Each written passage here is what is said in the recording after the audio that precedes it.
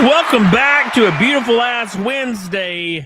I'm excited to see the boys. So much interesting things have happened. You know what I do to myself?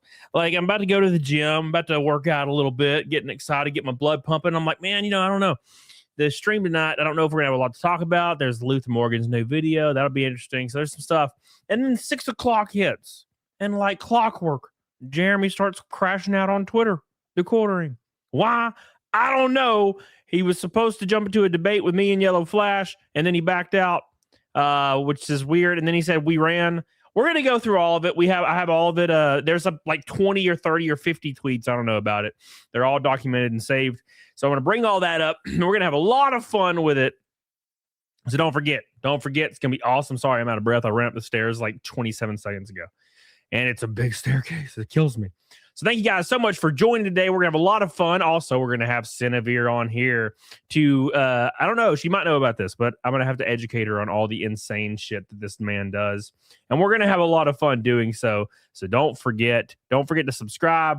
Don't forget to hang out. Don't forget to like the show. And don't forget we are up against the 612th naked snake in a row. Get the hell on it, D-Dog. Jeff on the road, my brother. How you doing, boy? How you doing? So at any rate, let's get it on, doggone it. What's up, Cindy? How you doing? Hey, how are you, cutie? Good to see you again. Good to see you. I'm so excited, man. I'm so excited. I don't know if you've been following this, but I'm so excited to show you everything. Educate me. Yeah, God, it's been undamn-believable lately what this man's been doing. And so basically what he does, he did it last Friday, I think, when I streamed, or Thursday. I was just like, oh, here we go. Here's the quartering. And he jumped into my chat and he wanted to debate me. Now, I don't really know what he wants to debate, to be completely honest. Right. Like, what are we debating? I just want to ask him like questions about his coffee company and ask him why he's apparently striking people. And also if he is okay with that behavior. He says he's not. Also to show his emails where it looks like he has reported channels, and also to elaborate more on the Renfair video where he's walking around filming children and women and saying fucked up shit. That was so creepy. Yeah. That was, but he claims it's normal behavior. That's I think my chat summed it up best. That's an inside thought that you don't say outside. And it's kind of rare. Like, I'll be at the gym and there'll be like a new girl there, and that's just looks unbelievable. And I don't even know if I think anything weird. I might look at her and be like, oh, damn. Like, that's the only thing my head puts out is like, damn, that's nice. Right. And that's the end of it. I would never follow this lady around being like, God, look at her ass. Bro, God, she DTF, bro. Look, like that's weird as fuck. I know people have intrusive thoughts, right? Like I credit that as a possibility, but that was just disgusting. I was like, what the fuck? Who says that? Yeah, exactly. And that's my point is, I just want to ask him about that because, he claims it's normal behavior and like all men do this. And I'm like, I beg to differ, bro. Because I'll go ahead and put it out there for everybody. Like, when in my 20s, I was hooking up with a lot of girls on Tinder. I was a degenerate. I was going hard as hell, for 2 years there until I, got out of it. And so I've been knee deep, but never in my life have I wanted to follow women around and like film them without their consent and say, you know what I'm saying? Maybe it's normal for him because he likes it when people treat his wife that way. Like, I mean, like that's the only thing I could think, because I've heard some horrible things. Yeah. I've just discovered who TheQuartering is on my friend's channel, Words of Paradise, and I'm just like, what the fuck? Who lets this be public? Oh my gosh. Oh, God. Yeah. So at any rate, not only that happened, but it all started with him allegedly flagging some channels. Then everybody started really looking into him, and it's very, very apparent that he has like an over-the-top god complex. Like he thinks he's an absolute god, and I don't know why. And he projects a lot. For example, he called everybody going after him today, he called them fat, greasy losers. Right? Bro, like, I don't know about you, but I cut and I get fucking shredded in the off season. You call me a fat, greasy loser, and it's weird because he's literally a fat, greasy loser. I was just gonna say that. Yeah. That's called a projection of your own thoughts onto others. Yeah. Like that's how you perceive yourself. He's the fattest guy. Like he's the fattest, greasiest looking dude on the platform right now. And he's like, everybody's fat. And then he called me the other day when I put out the Renfair video, because that's the one that was trending for 2 days. It was the video I put out. And he was like, the only people mad at this are people that are terminally online losers that have not done anything with their life. So he called me a terminally online loser who wasn't on Twitter for 2 days because I was too busy racing at Talladega at the NASCAR weekend down there. Shout out. Had a great time. And it's wild to me how a dude that literally never leaves his house, that plays with like model trains and shit, that's like his whole life, is calling people that travel and compete in professional like sports terminally online losers that have never done anything with their life. I feel like you touch more grass than he ever will. Yeah, shit. When I wrecked at Daytona, I fucking touched all of the grass. You know what I'm saying? I pulled that some bitch up. Oh, I mowed it. I mowed that grass. At any rate, we're going to go through the most recent crash out on Twitter, which is still happening, by the way. And then we're going to go through Luther Morgan's new video where he does a deeper dive into Coffee Brain Coffee. And then we'll, if we have time, which I think we will, we're going to go through the new video from Diesel, which is a huge creator who released a video that he featured me in. Thank God. And all these people are so nice. They're so nice to me. All right, let me hit these super chats real quick, and we're going to jump right into the sauce. So make sure you guys do me a huge favor, like the show. Come on. Billy says, of course he decided to bail. Not shocking at all. I was not expecting him to show. Sucks Flash didn't stream for long, but also lots of YouTubers getting demonetized recently. Yeah, we're going to talk about Cindy getting demonetized too, because it's everybody. Everybody is getting demonetized. I'm fucking terrified. I'm like, oh no. I'm next. I have a lot of people theorizing it had to do with the quartering, and I'm like, I'm pretty sure that's not the case. I'm pretty sure. Maybe it could be the fact that it could be like a domino effect where the quartering started this like wave of flagging. Now people are just doing it left and right because they know there's no accountability. Like there's literally no accountability for it. Like no, they're just letting it happen, right? Nerdy Mechanic gifted 10 memberships. Shout out to Nerdy Mechanic, always being great. Thank you so much. She's been too good to me lately. I don't even know why. Thank you, Nerdy Mechanic. I love you. Guitar Guru says, do you think the oranges are for the new coffee flavor? Oh, I doubt. You wouldn't know anyways because he doesn't put it on the bag, which is that's some meaty coffee. Yeah, it's against the FDA guidelines to not put the ingredients on there, but it's fine. Don't worry about it. He also posted on that. Yeah, so he posted that on Twitter a few minutes ago too, and said anybody that's wanting to see the ingredients of his coffee are terminally online losers. And I'm like, what the fuck are you talking about? Could you imagine if McDonald's said that shit? Like, you're like, I want to know what's in my McDouble meat. And McDonald's is like, sorry, bro, you're just a terminally online loser. What the fuck? That's a great way to gather a lawsuit. That's called having more money than common sense. Yeah. He dumb as hell. Billy says he's an unbelievable person with him making perverted comments to me. Yes, sir. Karis Gaming says, like, I totally understood his point. Like, totally. Thank you, Karis. Hamilton Burger says, who is this buxom vampire VTuber on screen? This is Cinevere. I'm a dragon. You can tell by the horns, obviously. Yes. FNA Productions says, fuck around to find out Productions. Hello, Cindy. Howdy, Cody. I just can't read, I guess. You know what? Fuck it. Howdy. How you doing? Fucking around and find out. Thank you, brother. I appreciate you for the orange boy. Thank you. Appreciate all the super chats, you guys. You guys are goated as hell. We're already 1/10 of the way to Naked Snake. All damn ready. We just started, man. We hit Naked Snake last stream in like 20 minutes. Holy shit. Crazy. Congratulations. Crazy. Hell yeah. We're 4 minutes away from that right now. Thank you, guys. All right, so let's just start. We're gonna jump right into the knee deep sauce.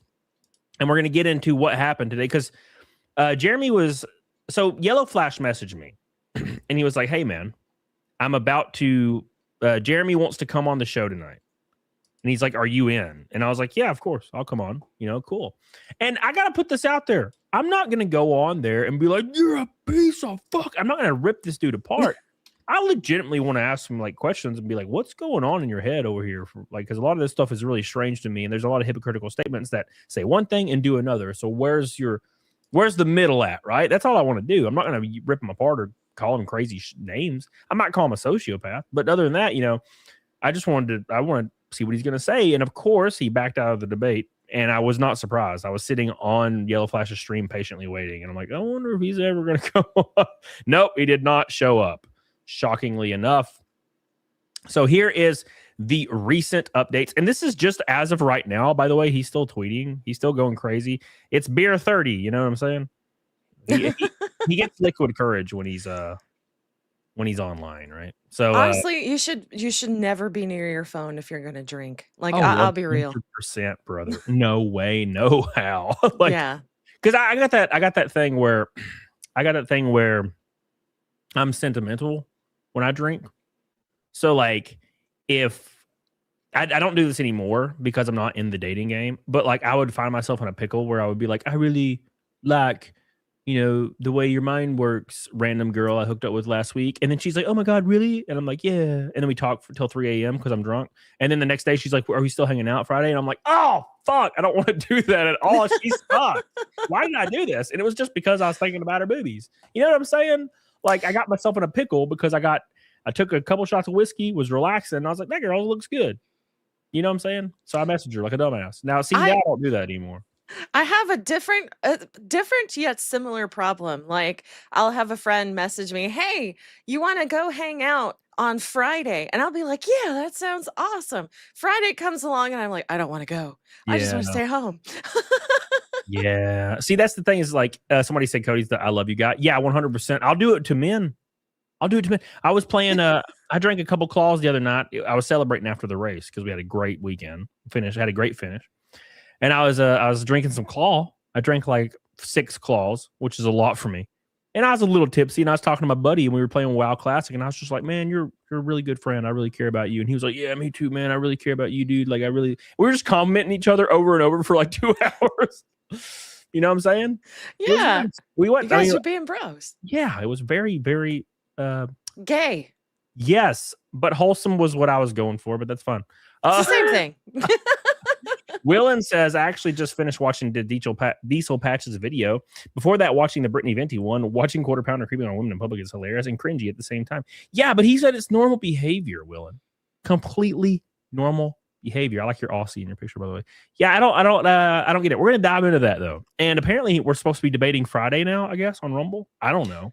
I'm sorry, but if he said any of that to a woman, right, he would get hit with sexual harassment lawsuits. Yeah, 100%. And look, I'm not that guy that's like, I will protect women, all women from anybody. But if you're not a white knight, right? But if I'm at the local bar and I'm just getting me some whiskey, and I have a girl with me, and there's a creepy bearded like fat bald guy like in the corner, and he has the phone out and he's filming and he's talking to himself, and like I overhear him say, "Oh God, she's so thick," and he's like pointing the phone at the girl I'm with. I'm gonna walk up and be like, "Bro, like you need to get the hell out of here. I don't know what you're doing here. Stop." You know what I'm saying? And then if it escalated, it escalated. But I'm not. Right. Yeah, because no way, no how. Right? That's gross. John B. Smith says, "Ham Planet be like, all I know is cards and cope and hold on. Doobie doobie doo. Yeah. Here it is. Doobie doobie doo. Got it on my soundboard. There we go. Thank you, John Smith. I appreciate you, brother. And PS2 Chopper with 10 more gifted memberships. That gets us 160 from the all-time record. That's amore. Thank you, man. I appreciate that.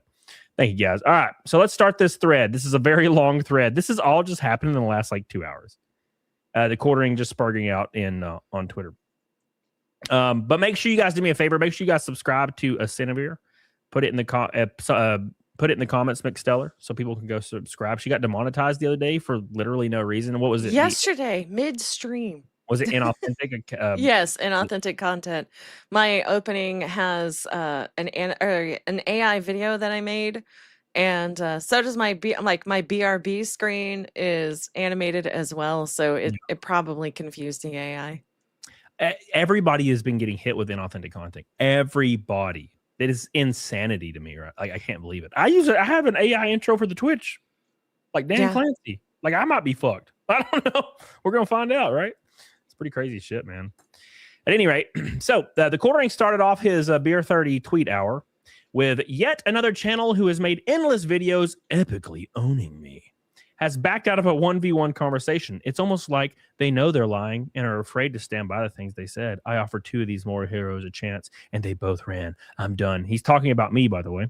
One of the moral heroes is me. And he's calling me a moral hero because I said what he said in earshot of women and children while walking around and filming them against their consent was really weird and creepy. And he's calling me a moral hero. What I don't even know what that means. Like, is it really up for debate that it's morally superior to be creeped out by a big 6'4", 450-pound man following women and children around saying weird shit? Keep in mind he's 6'4", Cindy, right? I don't know how tall you are, but I'd imagine you're like average woman height, right? 5'7", yeah. Yeah, see? So like if you were walking around in your frail little self and you're at a Renfair and you got your fat ass out and you're wearing like some cool shit and you have a 6'4", like 400-pound man following close like behind you. You know what I'm saying? Like I'd be calling security. I would be finding someone. Yeah, like I would be pulling my own phone out and being like, okay, look, this guy's following me. He's saying some really creepy shit. I would probably call the police. I'm not even gonna lie. Yeah, he probably hasn't even thought about it. Like he probably hasn't thought from the perspective that he's a very large man.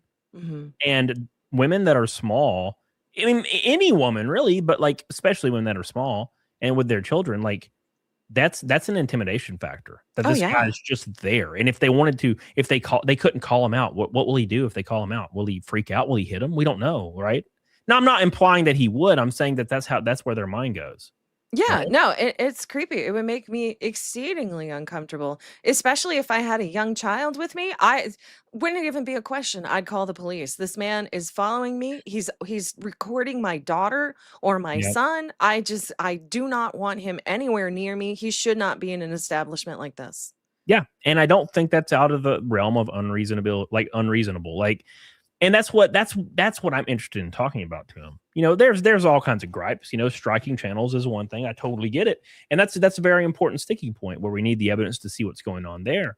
But I was actually flabbergasted when I posted that video, and he responded that it was normal banter and normal behavior for men. I was blown away. I've never in my life, bro. I have been in locker rooms with football players in high school, and that shit wasn't like that. No. It wasn't creepy. Like, you know, somebody would be like, oh, dude, Jessica's so hot. And we'd be like, yeah, dude, she's hot as hell. And he's like, I'm going to try to ask her out. Yeah, dude, go for it. You know what I'm saying? Like, that was the locker room talk. Like, but it's not like a guy walking around, like, talking about, like, oh, yeah, she still keeps her shit tight. I can tell. She's DTF. Like, 3 feet away from a mom with 2 small children. Like, what the fuck are we talking about? Fucking terrifying. That's not locker room talk. That's like, he might have bodies in his backyard. Talk. Yeah. You know what I'm saying? Or in his basement or his closet. Either way. Yeah. Fucking freaky as hell. Daniel Robertson says, yeah, I learned to drink without my phone, drunk text my old supervisor and started flirting with her on her 21st birthday. Yeah, that's what happened. Yeah. Thank you, Daniel. Appreciate you. Vexner says she has 2 kids, so you know she's DTF. Felt was a weird slight at the wife. Always on his phone, making content or building out his own things at home, like an RC truck and an aquarium. When does he spend time with his wife? He doesn't. There's videos of like other men hanging around his wife. And I got to say this, look, and I'm not trying to shit on Jeremy at all. I do have to say this. There's videos of his wife hanging out with other men. And you know, and I know, because I've been around the block, bro, back in the day. Girls that are interested in you, they're all like touchy. They'll grab the middle of your arm. They're like resting their head on you, laughing all the time. You can just see the vibe immediately. You see it immediately. It's just very, very comfortable. And she's like that in these videos with these other men. Like holding on to their arm and like resting, like laughing, cutting up with him, holding on to him. Bro, I saw that shit immediately and I was like not online. I wasn't streaming. And I was like, she's fucking that guy. 100%. Oh, yeah. No, that's why I made that comment. Like, he may be used to it. You know, that's the kind of behavior that he is used to his wife. Because I have been shown some things I wish I could unsee. I cannot. Yeah, dude. 100%. That's just how it is. Like, a lot of people don't see that, but I've been around the block, and you're a girl, so you already know. Like, yeah. You already know how it is when you're feeling a way about like somebody you're digging on. Like, everything is just real comfortable and real laid back. Oh, yeah. Then all of a sudden, everybody's asses are out. All right. Anyways. So this is a very, very false statement. You guys ready for this? He says, anytime they want me on, I'm ready.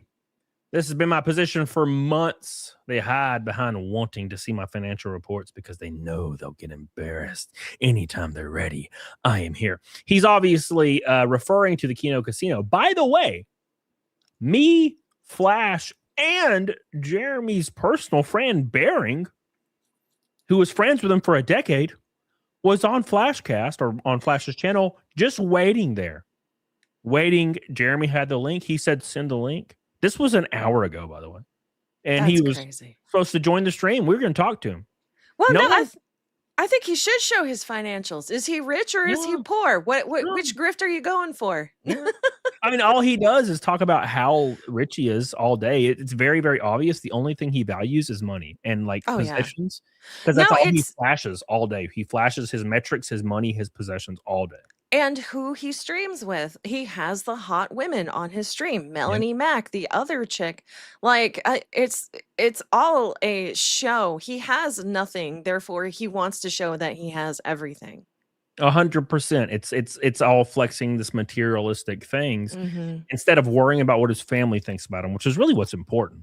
Yeah. Right? This is why he will crash out on Twitter all day when a new video comes out shitting on him, and he'll put little smiley faces after everything. I'm not mad, smiley face. They're all losers, smiley face. I'm not hurt, smiley face. It's like the pure cope hour every time. That's not cope hour. You know what that is? That's woman behavior. Yeah. That's absolutely woman behavior. I know. I have sisters that do that to me. Yep. It's fine. LOL. Don't worry about it, smiley face. Yeah, and he does that. And you know what? You bring up a great point with the Melanie Mack thing because, there was a video where he shit on side scrollers, right? You probably saw that, I imagine. Yeah, I did. Yeah. I watched it.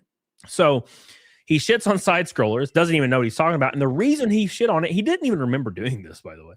That's how casual this was. The reason he shit on side scrollers is because he found out Melanie was appearing on their show.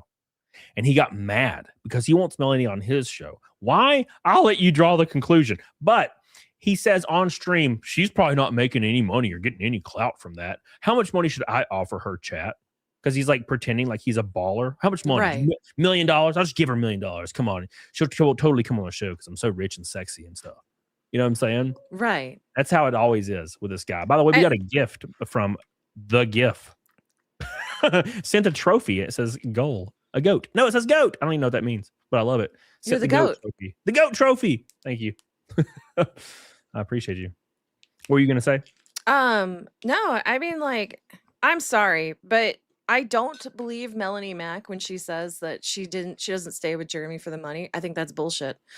Because she did mention to Craig that there was no amount that Craig could ever offer her that would take her from Jeremy, right? So that means money is very much involved, and he offered a staggering amount, and that he continues to offer her a staggering amount. It's all bullshit. Yeah, and I theorize that that's going to end soon. Because he's not making any money on YouTube, even though he posts that he has 60 million views in a custom date range of over 90 days for some reason. He did the thing where he posted his analytics on X to prove that he's successful.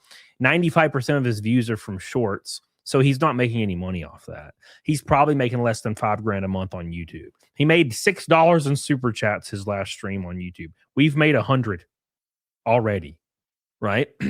So that I'm just putting it out there, and there's a reason why he removed the revenue portion of his analytics, because it was going to say like $3,000 and it was going to be embarrassing, right? And it looks like he's buying views because his average view duration, somebody did the math, his average view duration is 2 minutes, which is abhorrent. You serious? Abhorrent. Yeah, my average view duration right now, I think for my channel is like 26 minutes. Yeah, that's insane. It's very, very bad. Yeah. And it's because either A, he's buying views, or B, he's just all of his views are coming from shorts. So that's where it's coming from. And he's trying to prove that he's successful by posting his analytics. And I almost posted mine as a result, as a response, right, with my revenue not unblocked. Just to shit on him. Why is your revenue blocked? Here's mine. But it seems kind of, I don't know, weird and unprofessional to I don't want to be posting my analytics unless somebody directly asks. You know what I'm saying? Right. Nick Rose says, how do we get JR to go on my 600-pound life? Shit. My 600-pound life is somebody that has to agree that they need help and they need to face accountability. TheQuartering to this day, right now, claims that he has never done anything wrong. He's never been wrong once, and he's also the best person that's ever lived, and he's the smartest and most attractive man on the planet. There's no way in fuck he would ever do that. Sean Betts says, Jer Bear, Def shown absolute Gollum behavior. Yes, sir. All right. Let's continue. Oh, we got a gold boy. Bexner says, remember that time she let it slip? She was going to watch football at his house a while ago. Hannah wasn't invited. LOL. Seems like he might have been trying for. Oh, you know for a fact, bro. Come on. You ain't slick. I know what you're doing. You know, I know. I call Jeremy a sneaky fucker. Sneaky fuckers, and I guarantee you, Cindy, you've encountered 1,000 of these dudes. A sneaky fucker is that guy. He's the guy that will be your friend and align all of his views and his passions with yours, coincidentally, all at the same time, and always want to help you. And he'll be in your DMs. Oh, you need anything? I'll help you. You need some money? I'll help you. I'll do anything you need. And then the second you refuse the love of this person, they'll call you a whore for like years afterwards. Oh, yeah. No, I have very much so encountered people like that. And it makes them even more mad if you don't sleep with them. Yeah, they're like, do you know how much I've sacrificed? Yeah, pretty much. It's incredible because it's like, oh man, you've been showing your true colors from the start. I knew you were going to be fake just by your behavior. So yeah, I know exactly what you're talking about. And that's what he does, because as soon as old Brittany Venti turned on him and was like, you're creepy kind of, bro. He called her a whore for like, what? I think he called her a whore 13 times on his stream that night. That is insane.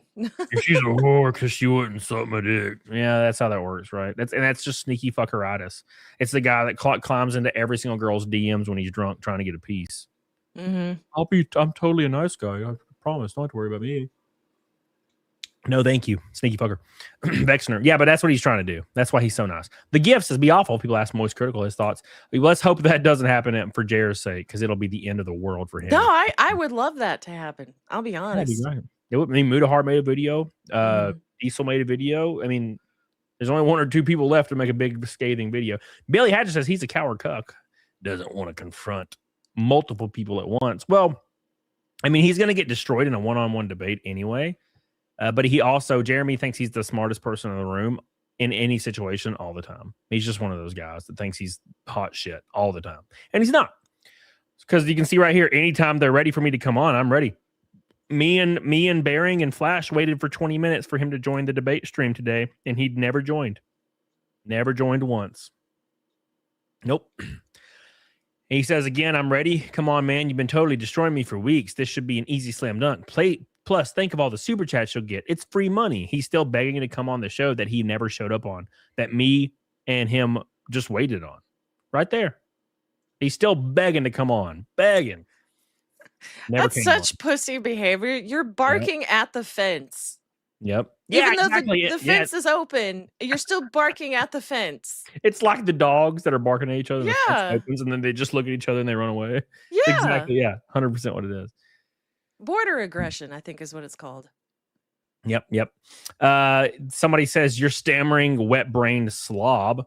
You would get absolutely bodied by PPP, who is the guy on Kino Casino. And then TheQuartering says, why does he hide then? He keeps claiming that everyone's hiding from him. They're all hiding. We're all hiding from TheQuartering, except we're all here waiting patiently.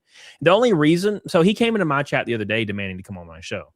The only reason I won't do it on my channel is because I understand what he's trying to do, because he has a history of doing this. He's going to come on my show. He's going to immediately try to show porn or say the N-word or something over and over to try to get me banned or demonetized. That's what he's going to do. And this is my job. I can't risk that, unfortunately. That is such pussy behavior. That's what he does. But now I'll go on another channel all day and I'll do it. You know what I'm saying? Hell yeah. I'm all about it, bro. Right here, he says stream later, which is, I doubt he's actually going to do this stream. But if he does, this will be the greatest thing to EFAP in the world, because he's going to be crashing the fuck out. What and is of course, that? It's, I don't know. It looks like magic cards or something. Secrets of Strixhaven? He's one of those guys. He's a fat, bald, glasses, like 50-year-old guy that plays with like RC cars and trading cards. That's like his whole life. I look, I'm not trying to hate on anybody's interest, but I'm like, brother, like, why you got to be so stereotypical? Yeah, why do you got to check all the boxes? Stop. I'm going down to the card shop. I can tell he's one of those guys that will play Magic at the card shop and take it really serious, and everybody calls him a biscuit. Yeah, that's Biscuit over there. He takes it really serious. I used to go to a card shop to play Hero Clicks a long time ago when I was like 19. And there was these two guys, and we called them the Biscuit Brothers, and they would take it so serious that they would like fist fight. Wow. If you were any like shady at all for any reason, they were shady, by the way. They tried to cheat all the time. If you try to skirt anything, they would like want to fist fight. And they were like short, little, fat, like ball round guys that looked like twins. And we called them the Biscuit Brothers. And they took it really serious, and they smelled like fucking rot and ass. He's a Biscuit Brother for sure. I can see it already. You know, Biscuit Brother. Vexner says, wonder when his wife will leave. She can't be seeing all of this, not reflecting on her choices. Need to weed fake conservatives out of the movement. Well, he's definitely a fake conservative by a freaking mile. But I'll say this. The reason his wife's not leaving is likely self-preservation, and I don't disagree with her choice. If Jeremy is bringing in a lot of income, I think that's probably going to slow soon. But because I think his Rumble deal is up in June. But assuming he's bringing in a lot of income, she's obviously fucking anybody who walks that's not him, and she's totally allowed to. And she also gets to go on vacations without him. He's already said this. She just travels the world without him all the time. That's crazy. Yeah, so you know what's happening, brother. So, you know, she's going on all these vacations. She's hanging out with all these other men all the time. And there's all these weird clips of like Jeremy's like at home or by himself somewhere. And he's like, yeah, my wife's out here hanging out with this guy and this guy. So I'm over here. And I'm like, okay. So she's obviously not, you know, she's not wanting for anything sexually. So why leave? If you're getting free money, free trips, and free like sex with anybody you want, that's not your like obese, disgusting husband. That's a win, right? Yeah, no, like she found gold. Like, yeah, why would you leave? Yeah, bro. If I was married to a chick, I'll put the shoe on my foot right now. If I was married to a girl and she's like, hey, I'm gonna give you a $20,000 a month allowance, I'd be like, okay. And she's like, also, like, I know you're going to Vegas next weekend and I have to work. So like if you want to fuck with a bunch of girls in Vegas, you totally can. I'd be like, okay. Cool. I guess this is cool. And she'd be like, all right, cool. Just don't leave me. And you can have 20 grand a month. Plus you can fuck anybody you want. I'm like, all right, you can, I'm married. Let's do it. You can just be my bro. And I'll just go keep living my life. I don't know what the fuck. I mean, like at this point, you're just certified roommates. Like yeah.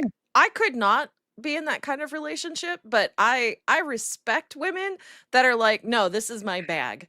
Like Saikuno's girlfriend, I know she's just staying with him for the money. You can't tell me there's much of a relationship there if he has that much time to talk to that many women.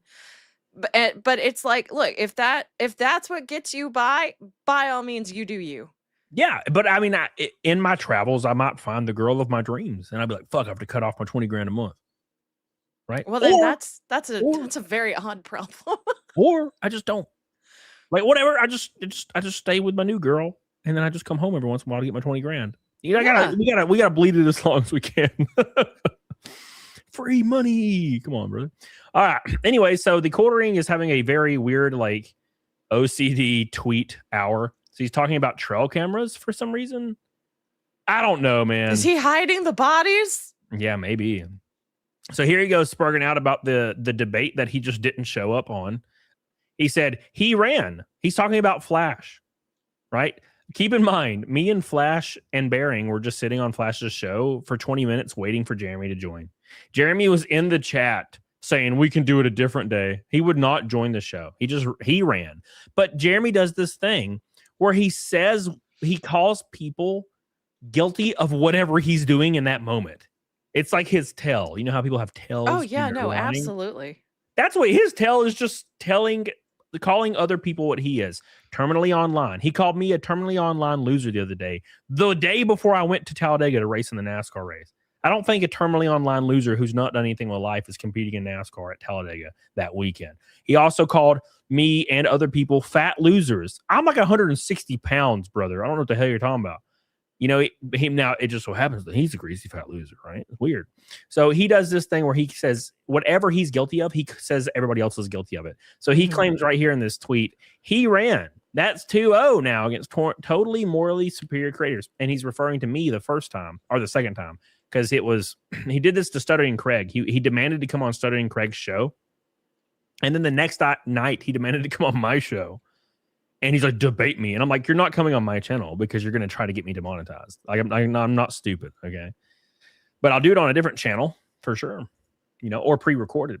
He said these people never wanted to engage because they know their lies will fall apart. Just another total victory. Keep in mind, I don't know how you say that the video of you following women around and being like fucking weird for hours is a lie.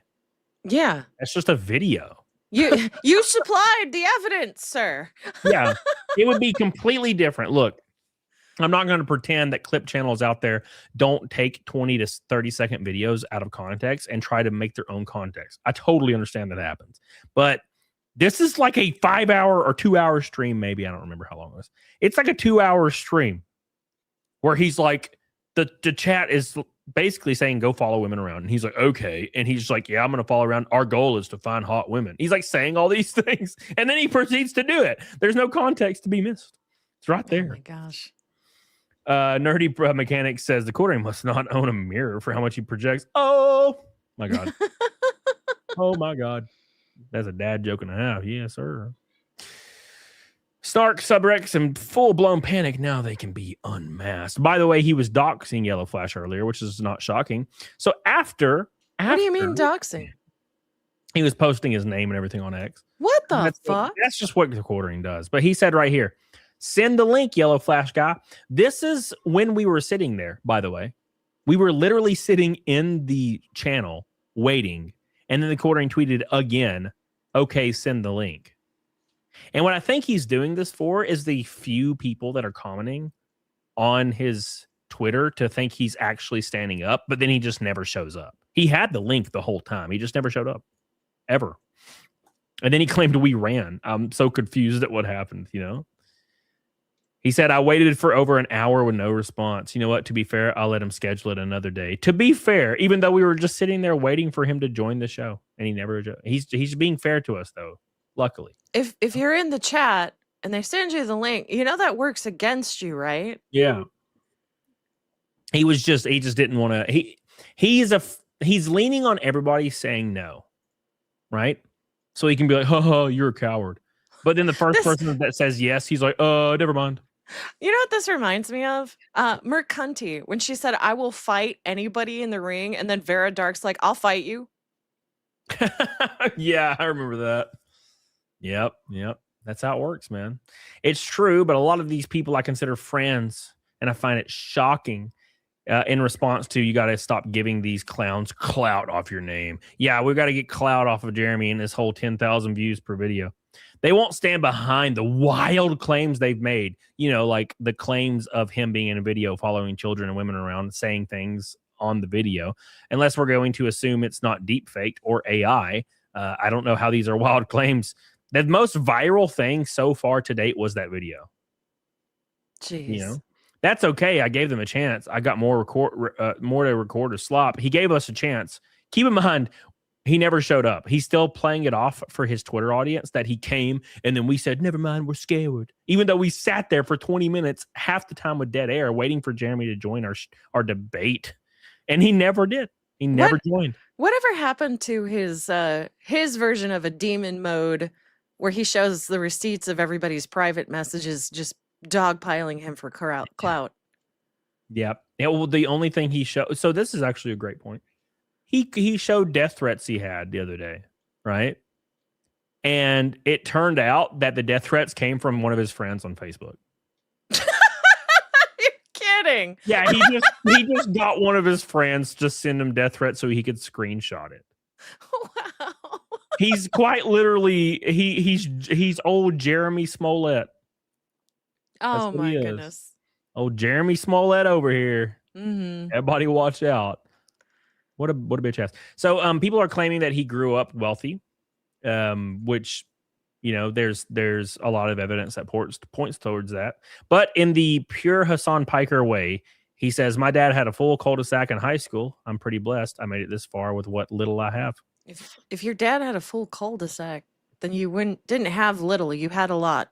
He doesn't have the perspective. He has no idea. He has literally no idea. Oh gosh, he's like a Hassan Piker. Exactly. He's no different. It's one of these people that grew up. Do you know any friends that I had in school or after school that grew up? Okay, they grew up wealthy, right? And they don't realize it. They thought they grew up poor too. Like I'll start talking about how I grew up in the trailer park, and we would run outside, and play in the trailer park gravel with our shirts off and like make little fires and stuff, and use magnifying glass to burn army men and shit, and that was our fun. And then like the rich kid will come up and be like, yeah, I remember growing up poor, it was rough. And I'm like, bro, you grew up in a fucking $700,000 house in 1996. The fuck are you talking about, brother? Your dad is the dean of medicine at Georgia Tech, or like the Georgia hospital near Georgia Tech. Like, what are you talking about, brother? You have no idea what you're talking about. But they don't have a perspective. And Art the Clown's talking about balding. My dad had a full cul-de-sac in high school. I'm pretty blessed. Oh, he's talking about balding. Same thing. So he is balding. Oh. Yeah. Never mind. That never even crossed my mind because of how bald he is. Right? I'll be honest with you. I don't really know what he looks like. Like I've seen his video, but he's kind of repulsive, so I don't really look at him. Yeah, he's absolutely the most disgusting like a YouTube creator I think that is out there right now. As far as looks go, I have a picture of him right here. I'm gonna pull it up for you in all of its 4K glory. This is him right here. Boop, ba-doop, boo. There he is. I feel a little autistic because it's like if I really don't like somebody, I don't like to look at them. I agree. I get that. But that's him right there. Look at that. Oh. Imagine the smell, I would rather not. Thank you. Like absolutely atrocious. Look where I went. Oh God. Anyways, let's get back to it. Back to the man of the hour here. So now they say they sent you a link, Jeremy. They're waiting for you. Why are you here tweeting and not joining the stream? So now he's starting to get called out because people are actually watching the stream, and he didn't bet on people watching the stream. But he said, I said 1v1, coward. Keep in mind that the quartering gets to make the rules for the shows he gets to join last minute for some reason. I don't know why, but he thinks he gets to make the rules. Says Yellowflash brought at least 2 people to back him up, which one of the 2 people was one of his good friends that he used to do a podcast with years ago named Bearing, who just wanted to see how Jeremy was doing. I had 2 questions about Renfair, and if he didn't want me to talk, I wouldn't have talked. I'd just sat there and let Yellowflash go in on it. But he wants, I guess, a 1v1 debate. I don't know what there is to debate. That's what Flash said. He's like, I don't know what we're debating. Like, what are we debating? You're just you're a shitty person. What is this?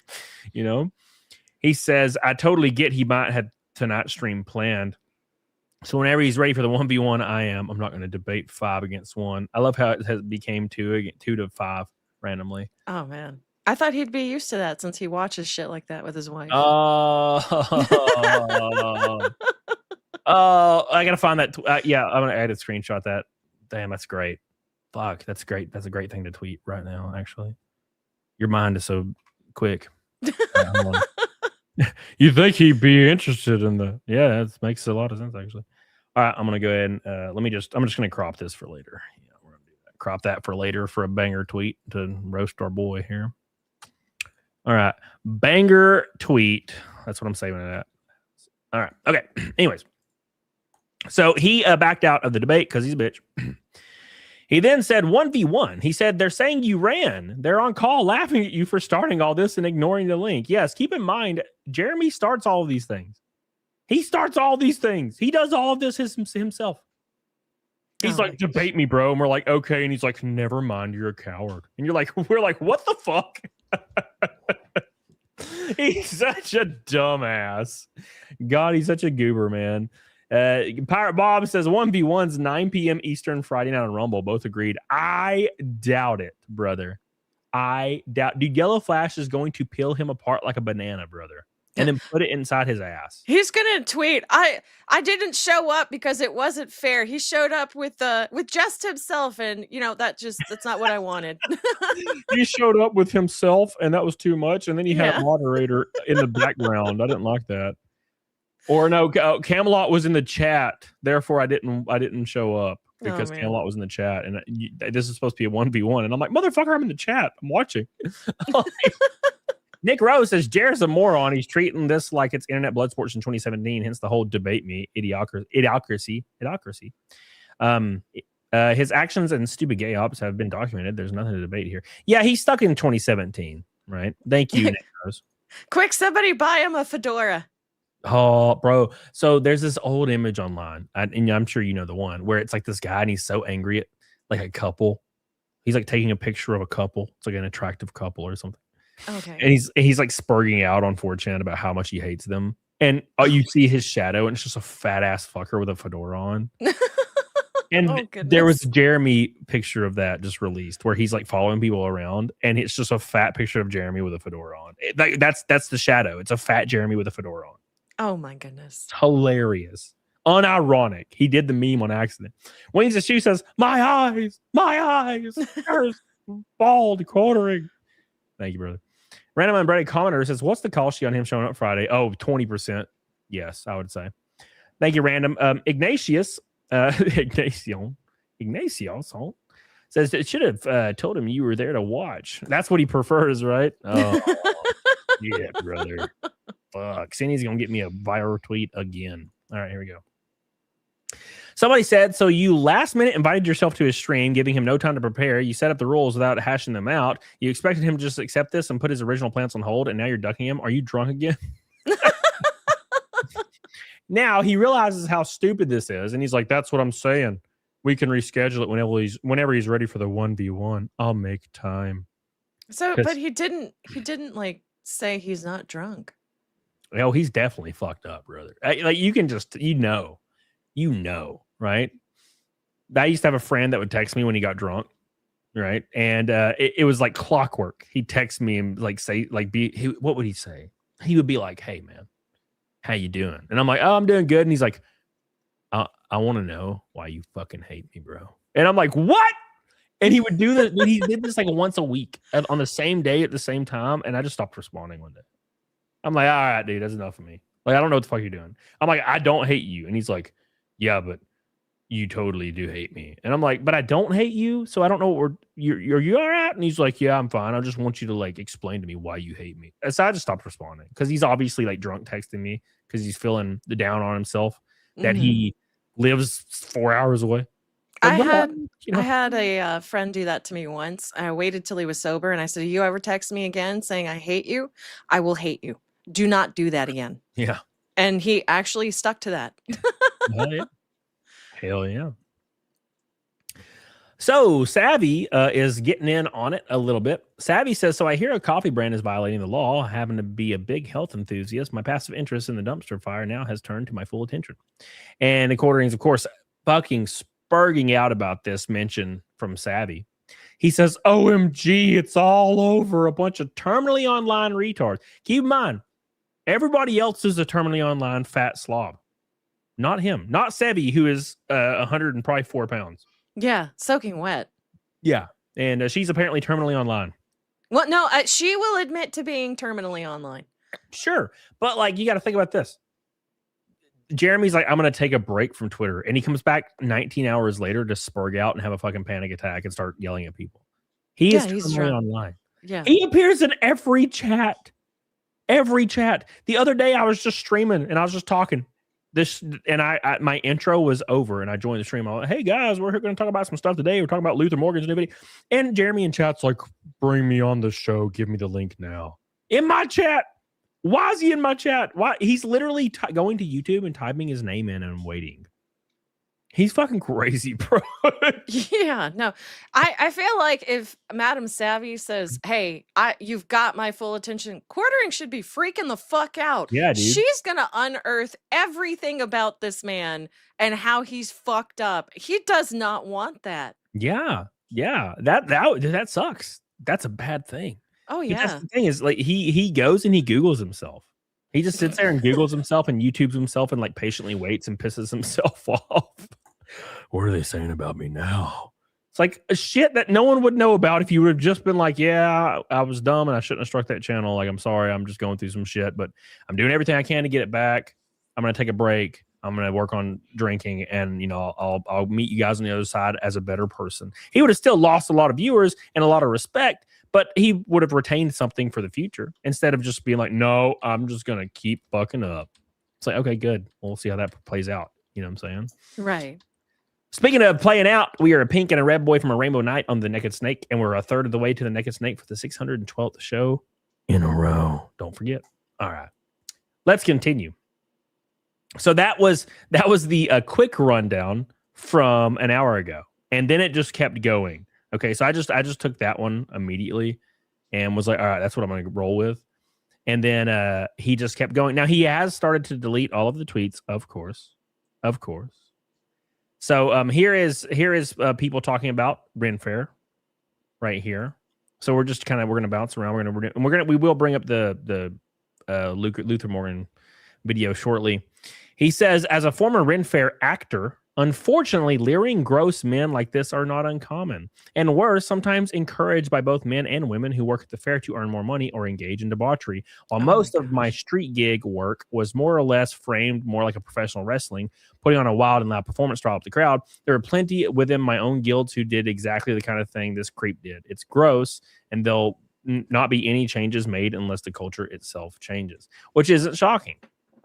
Obese, spooky ass, obese, sexless, down bad men that are addicted to porn usually are going to do that thing where they follow people around like psychos. It's just what they do, Oh yeah, like I said, this man has more money than common sense. It's a shame because it sounded like he was a cool dude at one point, but I really don't know if maybe it's more of a case of he's always been this way. He just hid it. Yeah, I believe that's the case. I believe because there's several videos from years and years ago of him saying the most fucked up shit. And I think now and here's the thing, I was waiting patiently for him to be like, look, because the Renfair thing is the biggest deal because everything that's being unearthed is like a year to 5 years old. So he has a path here. Other than the flagging, he has a path here. His path is, hey, this was a couple years ago. I'm a different person now. I found religion. A lot of the stuff I did was cringe as fuck, and I see that now, and I'm not interested in behaving like that anymore. But I am sorry for all the people that that were creeped out by my behavior back then. That's all he had to do. That was the path, and I was waiting for it patiently. When the Renfair video, when I put it out on Twitter, I was like, all right, he's gonna be like, look, guys, this is fucked up. This motherfucker tripled down, meaning inadvertently. When he did that and said, this is normal, totally cool, awesome, sexy behavior that sexy men like me do. When he did that, he validated every fucking statement and video and thread that he's ever been involved with from years ago. Now all the old stuff is relevant because he still feels the same. He can no longer say, well, it's old video, it doesn't matter. That was a different person then because he apparently still believes the exact same thing.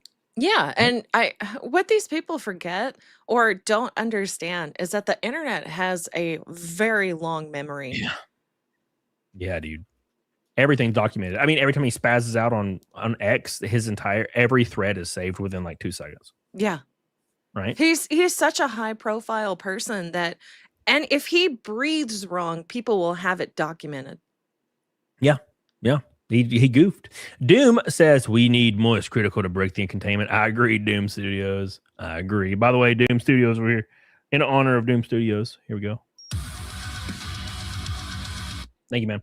All right, Maverick Kubo, what's up, buddy? He says, I'm the bull tonight, and you're the cow tonight.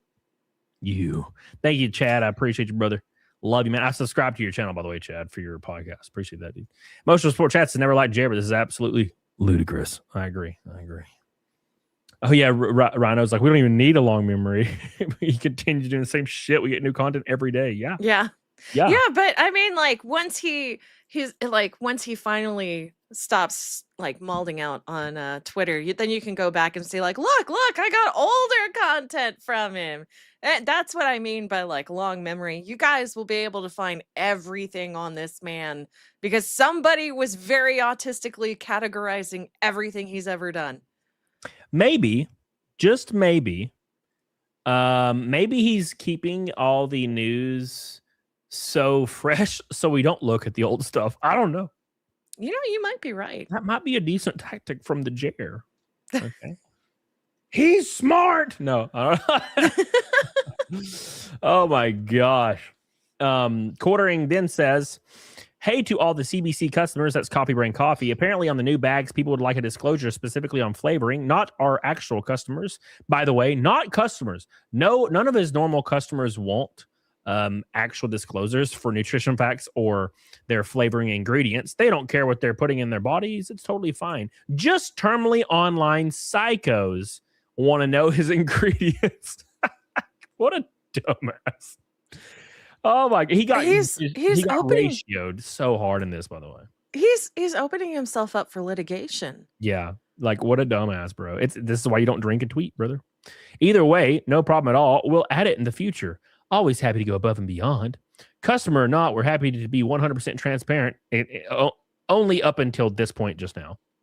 We have this information on our website, but on the new bag designs, it was an oversight. Oh, an oversight, you say? What do you mean? What do you mean? How could it be an oversight if only terminally online weirdos are the ones that want to see it?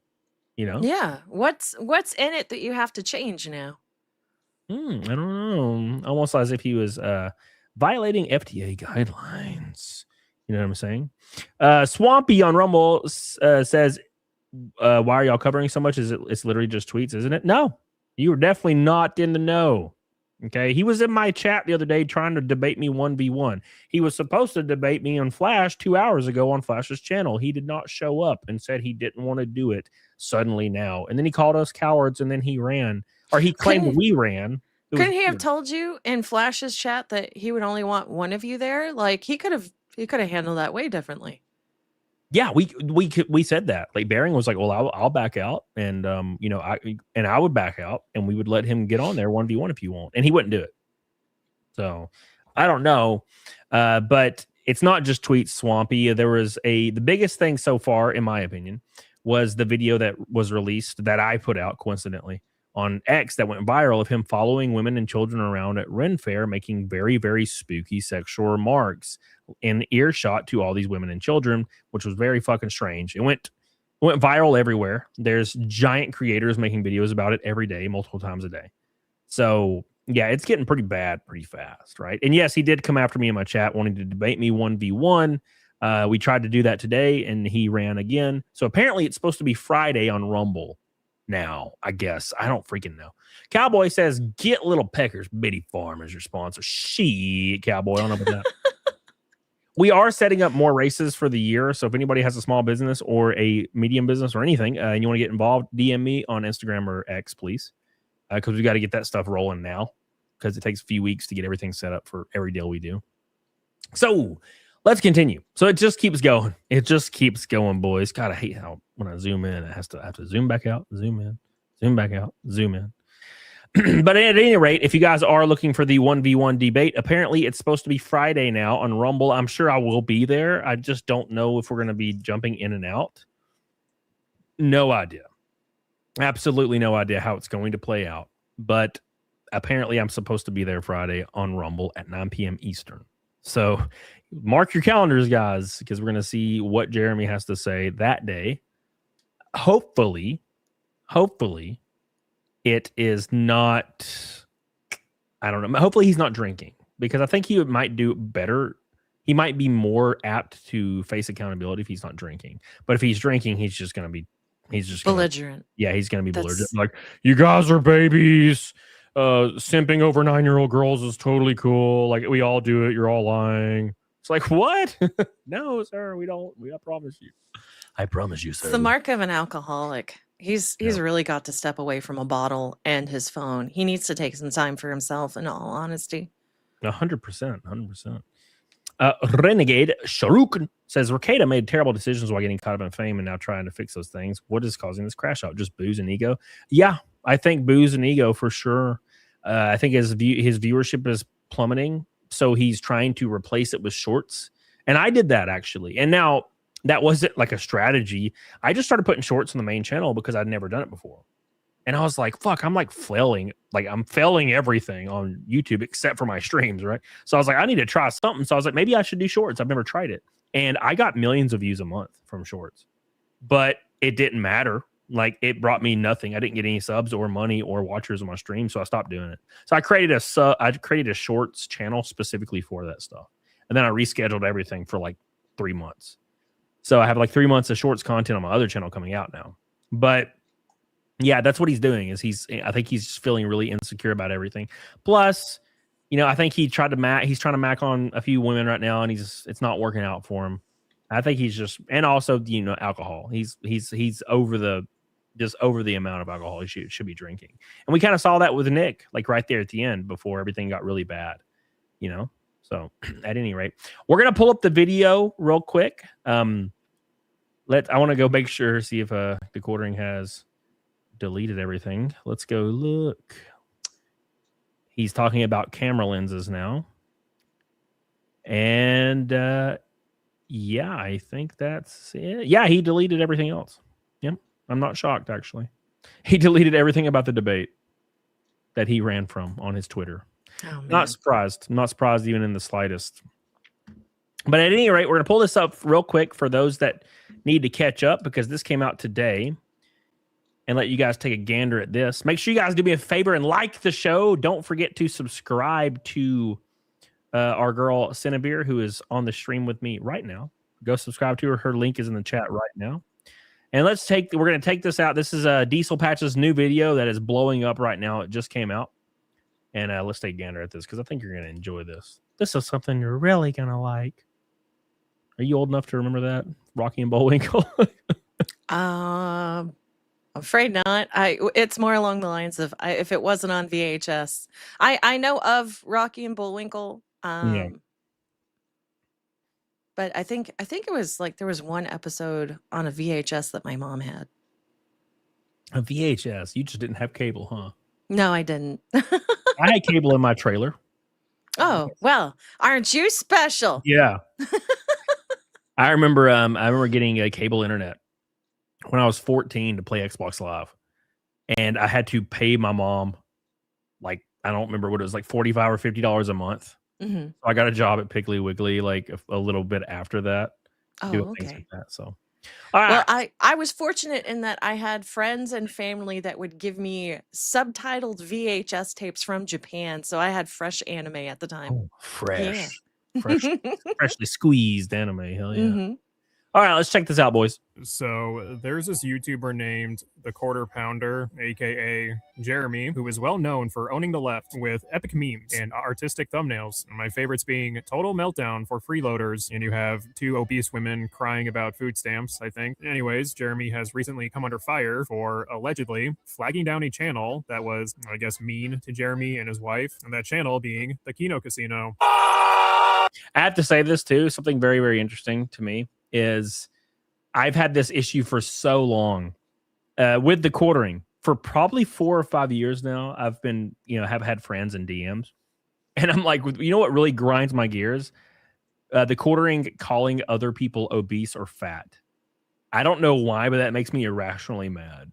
Because you don't like how he's basically calling other people the exact same thing that he is. I've never liked that. I've never liked when fat people on the internet call other people fat. It like makes me viscerally upset, because I'm like, hold on, motherfucker, you are a fat motherfucker.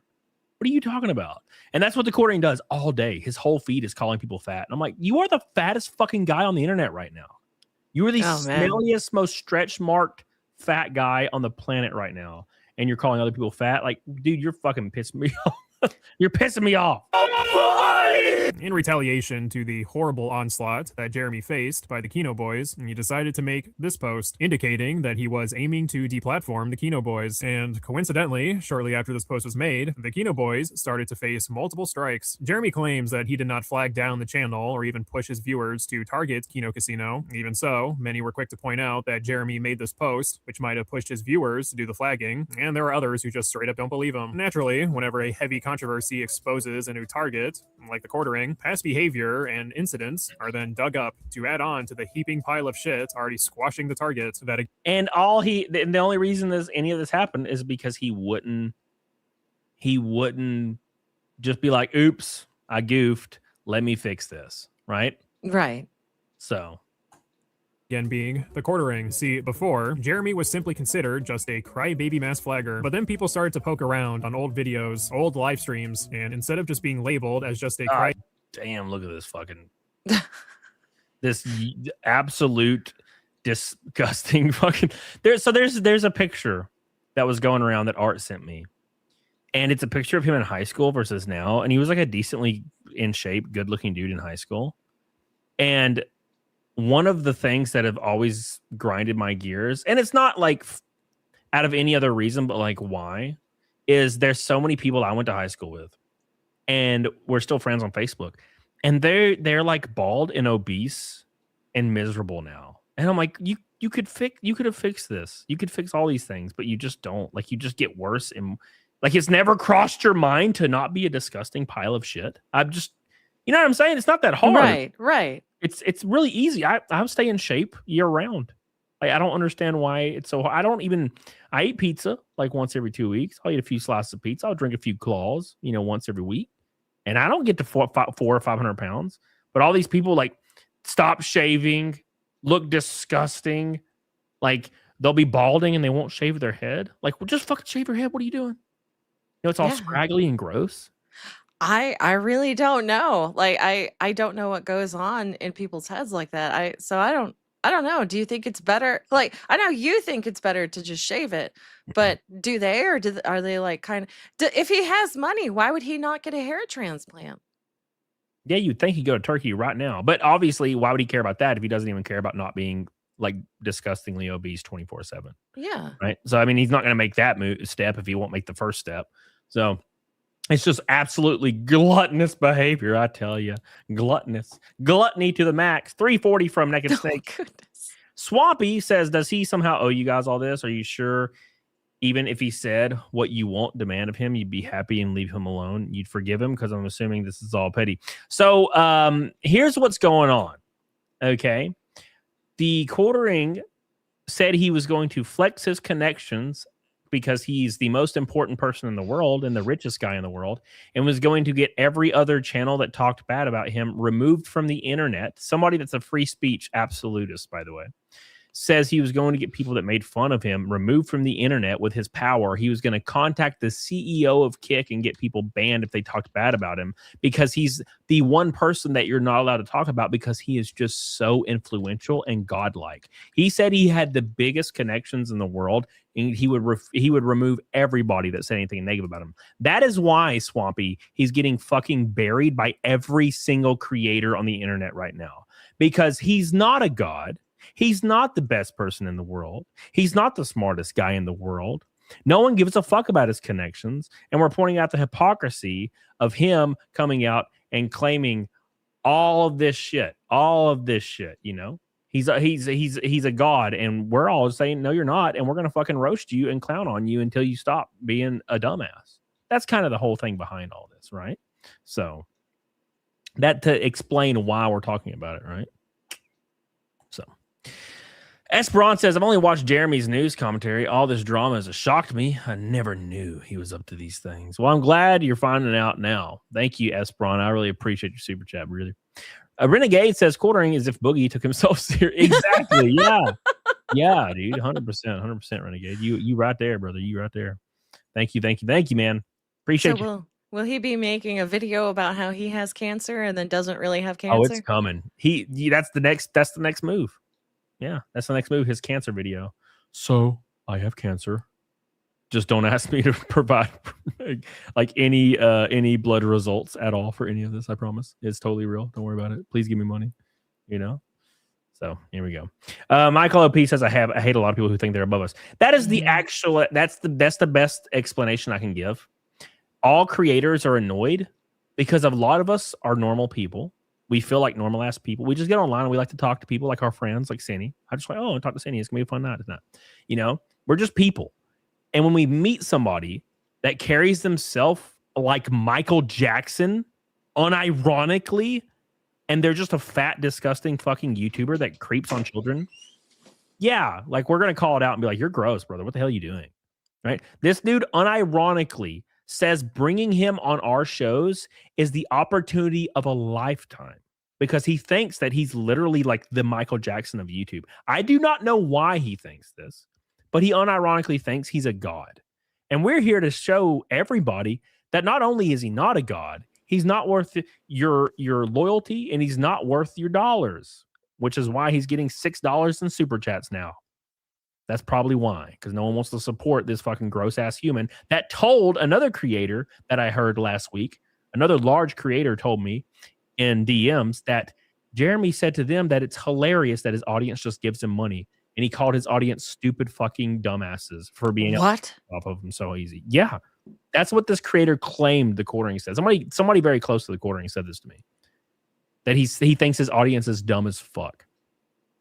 He doesn't give a shit about any of this. He just wants your fucking money. That's all he wants.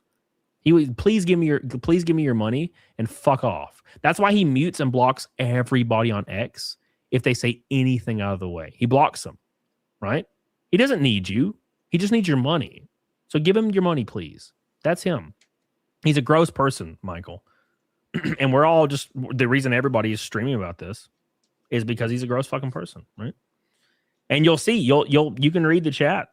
There's going to be people in the chat still defending Jeremy right now to this day. It doesn't matter. Jeremy could be on camera following a 9-year-old girl into a bathroom. I'm not saying he's done this, by the way, making that clear. I'm saying hypothetically, Jeremy could walk into a bathroom with a 9-year-old and walk into a stall and like creep on her, and there would still be people in the chat like, yeah, well, so you haven't done that? You haven't done that, bro? That's totally normal, actually. Jeremy's really cool, okay? Like that, you're actually a degenerate, Cody. I heard what you said on stream 3 years ago to Zia. You said her boobs are nice. Wow, you're a degenerate too, Cody. That's what these people are like. They're fucking unhinged. They're all parasocially connected. They're like, so there are people out there that will defend Jeremy no matter what he does. No matter what he did. It does not matter what he did. They will defend him. He got arrested for fucking possession of CP. I'm not saying he has this. I'm saying hypothetically, if that happened, there'd be people in the chat. Well, yeah, still, it's, CP should be legal, actually. Like, they would just say this shit, unironically, So anybody out there, if you are a creator or you're a viewer and you are unironically defending this fucking dude, you're fucked up. And you're probably just as bad as him. That's how I see it, right? Deported Cecilia. Camelot, what if you were getting on with your girl and Quarter Pounder himself snuck into the corner of the room just watching you with them dull eyes? I don't think he's going to be able to sneak with his John ass. My floor is really creaky. I'm just saying. Nah, dude. No, it wouldn't happen. But yeah, I guarantee you that's what he'd want to do. Cowboy says, may I just say, each of us can fall from grace. Jeremy has been horrible, especially towards his wife and women in general. I hope he repents. Yeah, the longer he doesn't do this, the more pissed people are, the more disgusting they think he is. So, what I'm saying? All I got to say is... I'm kind of curious how he is towards his wife. It sounds like he's just letting her do whatever she wants, regardless. Well, he implied that they live separate lives. So he's like a Destiny 2.0. Yeah. Like, it's... Basically, if his money dries up, her ass will be gone immediately. Yeah. Yeah, because he already said on his stream they don't have sex. He implied that he can't even get hard anymore. There's all these things like, so yeah, none of that shit's happening. Why would you admit to things like this online? I don't know. What the fuck is wrong with people? Oh, I don't know. Gosh. Yeah, I don't know, man. Obi-Wan Cannoli. What do you think Melanie's and Jeremy's kids would look like? Oh God, Jesus, brother. I don't know, man. I don't know. I don't even want to go there, brother. Obi-Wan, thank you.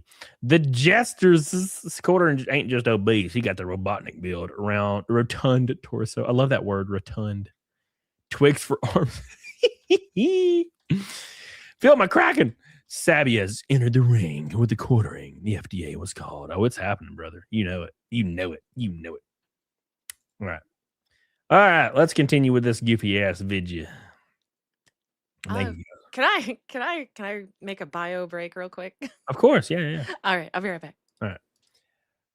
He just shows how disrespectful to his wife he is by how he talks to his female co-hosts. And even that video of him at the fair talking about women in front of their children is disgusting. Yeah, 100%, dude. 100%. Jared bragging on it. Well, Jared's bragging on X. Yeah, Jeremy was claiming that we ran away from his debate. We ran away from his debate while we sat on the debate stage for 20 minutes waiting for him to show up. But we ran away, of course. We ran away, of course. Forklift. Oh, I talked to Boogie today. I have no idea, but yeah. Billy says the quarter pounder is not that good looking. Same for his wife. Zia looks way better. So is PDH. Well, of course. Yeah, of course. Obviously. Hey, we're halfway to Naked Snake, guys. A pink and a red boy away. Thank you for the raid, Dermy Wormy. I hope you're doing well, brother. Dermy Wormy raided your boy. Big shout to Dermy Wormy for being so damn wormy and dermy all the time. Appreciate you, brother. Thank you. Oh, he won fucking cannoli. What a name, brother. What a name. All right. Thank you, Billy. All right, here we go. Let's continue. A baby mass flagger, he is now considered a crybaby mass flagger creep. What did pique my interest was an old live stream that Jeremy did a few years ago. Even this shit made me shrivel up because instead of Jeremy being a weirdo online, he brings the same energy in a public setting and cranks up the creep meter by 10. Yeah. I want to put this out there. I showed this video with zero context to random people I know personally, and every one of them was unironically, they were like, oh my God, this is fucking gross. What is this you're showing me? They are not personally invested in this even a little. And they were like, what the fuck? I showed PDH. She has no idea who Jeremy is. I showed PDH. I'm like, what do you think about this? Watch this video. And she watched it from start to finish. And she kept saying, ooh, like every 10 seconds. She'd be like, ooh, who is this? What the fuck is this? Right? Zero context. Just putting it out there. It would seem that Jeremy did an IRL stream at a Renaissance fair, you know, walking around talking with his live chat. But as he was doing so, he would also make, to put it lightly, questionable comments whenever he noticed a fair maiden passing by. And these fair maidens range from women wearing wench outfits to regular moms holding hands with their children. While many are rightfully disgusted by his behavior, Jeremy responded to the backlash and defended his creepo weirdo behavior in public. What's his defense? Well, apparently everyone complaining about this is pearl clutching. Hey, I made an appearance in Diesel Patch's video. Hell yeah, brother. Apparently, everyone complaining about this is pearl clutching, and his comments directed at the women he passes by is nothing but normal banter. And apparently, we are the terminally online weirdos for not IRL streaming at a Renaissance fair while recording random women. Wow, fucking got us. Anyways, I thought it'd be fun to take a look at this apparent damning video and determine if the quarter pounder with cheese truly is a creep, or if his behavior is considered, as Jeremy put it, just normal banter. All right, let's start. Dear, must find a woman in chainmail bikini, get her done. If I did see a girl in a chainmail bikini, you know, we would have got her on camera. Ugh. Against their, by the way, without their consent. Something really important that a lot of people are missing. None of these women were consenting to being on camera. By the way, under the context which was provided, what his goal of this stream was to film hot women and follow them around. That, and I guarantee you they wouldn't consent to being on camera if he told them that was the goal. They'd be like, what the fuck? No, are you kidding me? Especially not with their children. Exactly. And I do want to give props to a lot of these people making videos about this. They did not show the children in the video. They blurred them out. Right? So. Oh my God, Diesel. It's so obvious that he's joking. Okay, here's the thing. Saying off-the-wall weird shit as a joke online can work because it is in a certain space where everyone can register comments like that as a joke. However, it is different when you're a grown man by yourself at a public event talking into your camera about how you want to film women if they're wearing revealing clothing. In short, when looking at the context, Jeremy comes across as a fucking weirdo. Now, I wouldn't say this is creep behavior just yet. Definitely a weirdo, though. I mean, the worst reaction he'd probably get from me if I saw this smelly neckbeard in public, I'd probably turn to my husband and say, get a load of that guy. He kind of seems like a crazy nut. But then Jeremy starts to actually film random mothers with their kids. Remember, according to Jeremy, all this is apparently normal banter and behavior, and anyone criticizing this needs to touch grass. Mr. Rogers says, how long ago was this creeper stream done? I think it was a couple years ago. Oh, this particular one Yeah. was a couple of, oh man. Now, I mentioned this earlier, right? Jeremy could be like, hey, look, that was weird. And I do agree that I shouldn't have been doing that. And it was kind of creepy. I'm not the same person I was back then. Not only am I not, I recently found religion and Jesus. And I am not even remotely that same person. I know it looks cringy, and it is cringy indeed, but I don't do that stuff now. That's what he should have said. But guess what Jeremy said when this came out and went viral? He said this is normal behavior and all men do this, which means it is not. He agrees. He agrees that right now, Jeremy agrees with 5 year or 3 year ago Jeremy. So it doesn't matter how old the video is. He agrees with it and he thinks it's normal by his own admission 3 days ago. So doesn't matter how old it is, unfortunately. Cindy asked, why would you say something like that online in regards to quartering? Cody, ask Cindy about her recent poop soup video. No. Soup? Yeah, Shy Lily's video. Oh my gosh, that was torture. Poop soup? She admitted to something I would never have admitted to under torture. Did she ate poop? No, she made the poop and it was very gross. Oh my God. But why make the poop? Like, was she serving it to somebody? She was 8 days constipated and it decided now was the time on a train with improper, like, ways of getting rid of the refuse, right? And how she flushed 4 to 5 times. It was disgusting. Like, it was nasty. Oh. Yeah, Oh. yeah. I will say here. I mean, look, I'll draw a parallel and I'll empathize. 2011, I was stuck in a snowstorm, and it was icy, and I couldn't get anywhere, and I was trying to get home, and it took me 12 hours. I was stuck in my car, and I was in that situation. So I've been there. 8 days constipated? No, it was normal, but it was like an emergency, so I had to find the casserole dish. You know what I'm saying? Okay, we're good. You know what I'm saying? You know all what? been there. That's I'm so sorry you're in that situation. I Come want to on, know you more. see, you've never had any No. extreme issues in your life. No, I've been blessed. I always had the bathroom on speed dial. Okay. My mom is a very fast driver. If there was an emergency, I had somewhere to she would take me there. So, yeah, I've been blessed.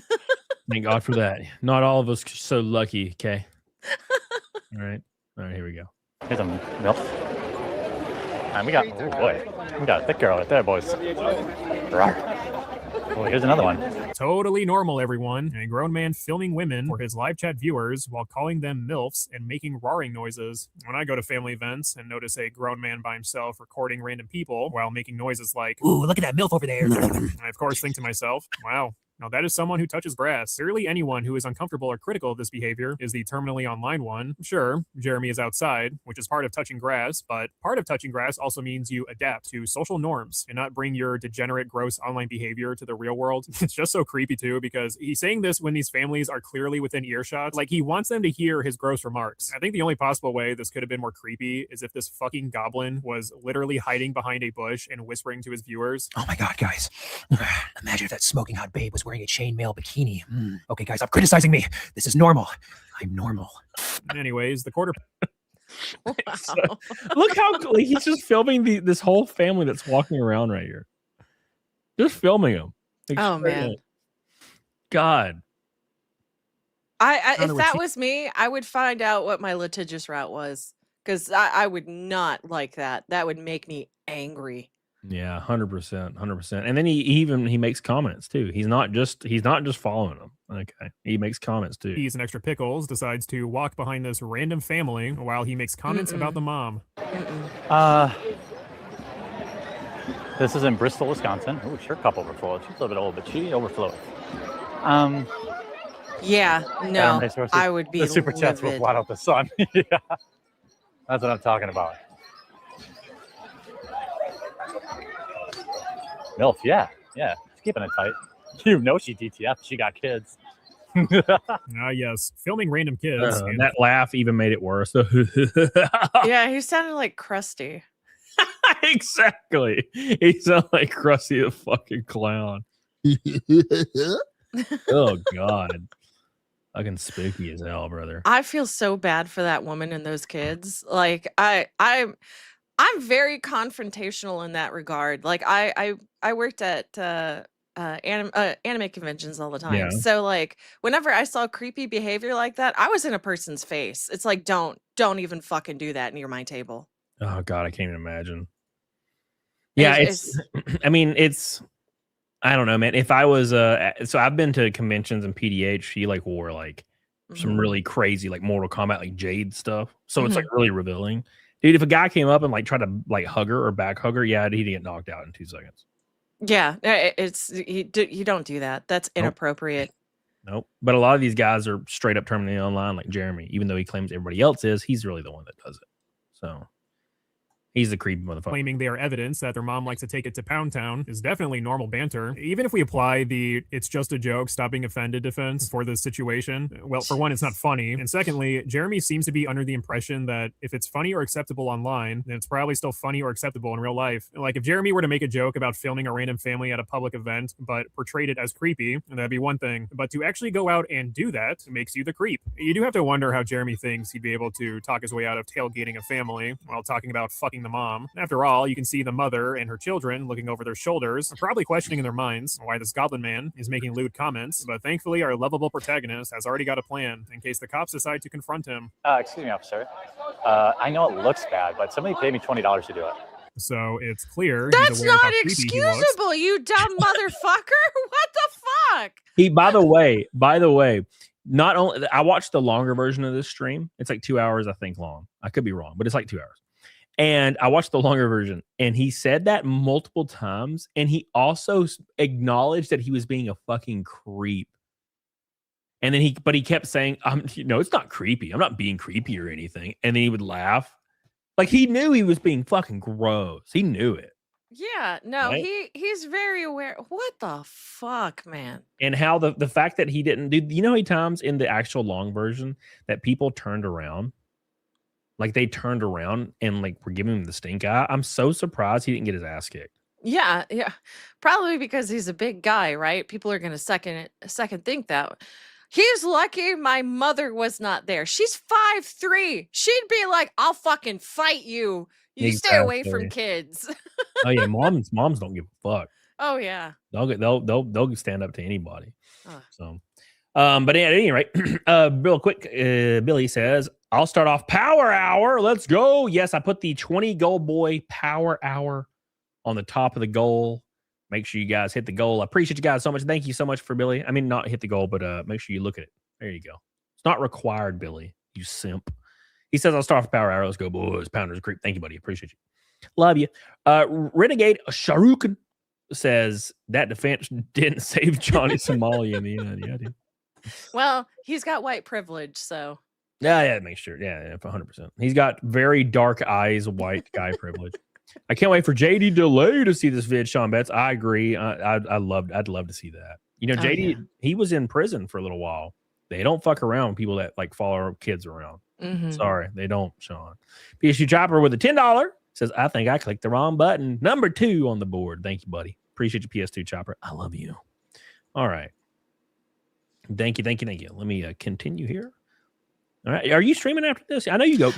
I don't know where it was. I was sitting there playing WoW. It was like 5 a.m. and you were still going. And I'm like, how is she still going? Yeah, no, I stream for I stream for a couple hours. Usually like 4 or 5 hours, but I am not streaming on my channel after this at 11. I guess in like 20 minutes I have another stream for BMO's art. We're playing Baldur's Gate 3. Yeah. Awesome. Cool. Rock on then. All right, let's continue here. Hell yeah. Where to go? Where am I? But again, totally normal banter, guys. If I was at this event with my kids and Goblin Man came up and talked about, I don't know, my fat dumpy, I'd probably speedwalk away as well because I don't want to ruin my kid's day. And don't stand too close to the Goblin, Billy, or you'll catch its lecherousness. Here you go. Wow. Oh, here. Oh my, here we go. God, he's like roaring. He's like roaring at women. Oh, fuck, brother. What a spooky guy. You know, I feel like I hate this term, but I feel that it's applicable. Okay. He gives me the ick. Yeah, 100%. 100%. Yep. All right. That's a good term. It's straight up the ick. Right? That's what PDH says. She never says that. And she was like, this dude straight up ick, bro. Yeah. I hate that term, but it's so applicable here. Okay. What was that? What is that noise you keep making? Oh. Oh God. Raging Rhino says what he's doing here is worse than catcalling. Yeah, sure. Yes. Yeah, it's there. He's filming them, right? I've never even thought about catcalling a woman, but I would rather be catcalled than what he's doing. Yeah. I think you can get catcalled if the guys are hot enough. Like if it's Chris Hemsworth, you know, and you're just like walking down the street, you know. Hold on, let me mute my mic. Ow. All right. So you're walking down the street, right, Cindy? Chris Hemsworth's sexy ass, maybe shirtless. I don't know. And he's like, oh, looking good. You probably be like, oh, wow. Hell yeah. Right? Well, yeah. It's Chris Hemsworth. Yeah. So it's time and place. Pick your battles. But if a scary quartering guy is sweating profusely and he's like, you look really hot today, you'd be like, fucking human resources, please. And doing that thing. It's just like, no. That's what the girls like, being roared at. Yeah. Gross. Oh, I see a thought right there. Sighted. Moving in for a closer look. Not creepy at all. Just walking. Oh boy, thoughty 12 o'clock over there. Come on, chat. Let's see if we can zoom this camera up our butthole. Now, creepily aiming for adult women is already gross enough, but there is one segment within the stream that just elevates this to another disgusting level. Someone in Jeremy's chat alerted him that he should strike up a conversation with a girl in front of him. Jeremy starts to record this individual, and then taking a closer look, he says, oh, she's like 10. Obviously, I can't show Yeah, well, and he continues to film these you the people. full clip due to YouTube's TOS, but apparently I should be able to, according to Jeremy, because again, this is considered totally normal, guys. In one of the last weird segments within this live stream, Jeremy sits down to, I guess, be real with his audience for a second. He's super serious, guys, and after hearing his babbling, his behavior actually makes a lot more sense to me. It's weird, but I don't really connect with people in real life. We can tell. Yep, 100%. I don't, even my wife, I don't really care. It's weird. It's fucked up. It's probably not normal. But I crave companionship of anonymous people online and not as much real life. I feel like I'd be happier alone, You're sitting there by yourself at this. And I got to put this out there too. He also said that he thinks about leaving his wife and getting a 2-bedroom apartment. Right. Keep in mind, this was years ago and they're still married. But he's been fantasizing about leaving his wife for all this time. He doesn't love his wife, all this weird shit. It's all very strange. Also, why would you say any of this on a live stream? Yeah, and no, that's what I don't get, is that people will admit to some of the craziest stuff on a stream. Why would you mention all this? I realize that because you are just there with your phone, it doesn't feel like you're broadcasting. But there's still some things you just don't ever say. Yeah. 100%. 100%. It's fucking terrible. Public event telling your live chat how lonely and sad you are after filming several random women for you and your creep viewers to gawk at, yet you are willing to die on this. But I feel like so often I just leave it all behind and go get a 2-bedroom apartment, really nice one, one streaming room and one nice room and a living room. And I'd be really happy. Well, here are a cup overflow. You ready? Boom. Oh, by the way, during this moment of genuine humanity where he feels alone and feels no connections. And sometimes he thinks about leaving his wife and getting a 2-bedroom apartment, throwing it all away. Oh, by the way, look at this girl's ass. Yeah. Look at this. In the same breath. One nice room and a living room. I'd be really happy. Well, here are a cup overflow. You ready? Boom. Oh, it's too zoomed in. Kind of difficult to take this heartfelt moment seriously or feel bad when the minute he sees some women he finds hot pass by him, he has to pause to make more creepy comments. Listen, fellas, can we wrap for a second? I've been really thinking about embracing pure solitude and leaving my current life behind. I just feel nothing, guys. Everything just feels so meaningless. Oh shit, too bad he's coming in hot. Awooga, boy. I run this normal joke deep within the ground at this point, but what else can I say? How do you look back at these clips and double down claiming anyone who thinks this is weird needs to touch grass? If it wasn't obvious already, yes, I do think this is creep behavior, and pretending this is normal and fine only solidifies my belief that the pootering is transforming into a lol cow. Even something like this, where he clearly is in the wrong, he defends himself with, my haters are just terminally online. I'm actually happy a new lol cow is entering the space, considering the Jamhas are just spraying insanity. And he still defends this now. And I'm wondering what's going to happen in the debate, because we're supposed to debate Friday. I don't know what's going to happen. I've already tweeted it out. I don't know what's going to happen. It's not. He's going to keep running and then blaming everybody else because he lacks self-awareness and accountability, like most people, it seems. Yep. Yeah, I mean, you and I can agree. No one likes accountability. It sucks. That's why it sucks. That's why it's so rare for a lot of people. Accountability, no one really enjoys accountability. It's just people. There are people out there that understands it's necessary to face certain accountability in certain situations where you have to own up to your shit, and that's what separates people, right? Accountability is never fun.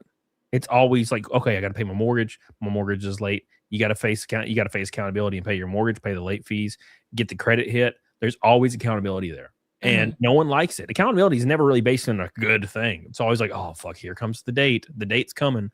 I have a deadline. Here it comes. I got to face the accountability here and do my due diligence, or face the music and then face accountability in that way, right?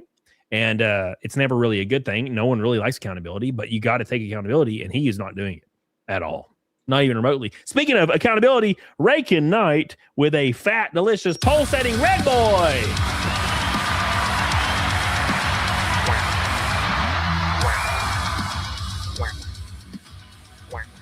Oh, shit. Thank you, Rakin. This drama should have been over weeks ago. How does he just keep digging himself deeper into a hole? He literally crashed out today on Twitter like clockwork. I shit you not, Cindy. I was at the gym. I was training one of my boys. I was lifting. And I was like, man, I don't know what I'm going to talk about tonight, with Cindy. I mean, I'll cover the new Luther Morgan video, but I don't know. We'll just shoot the shit.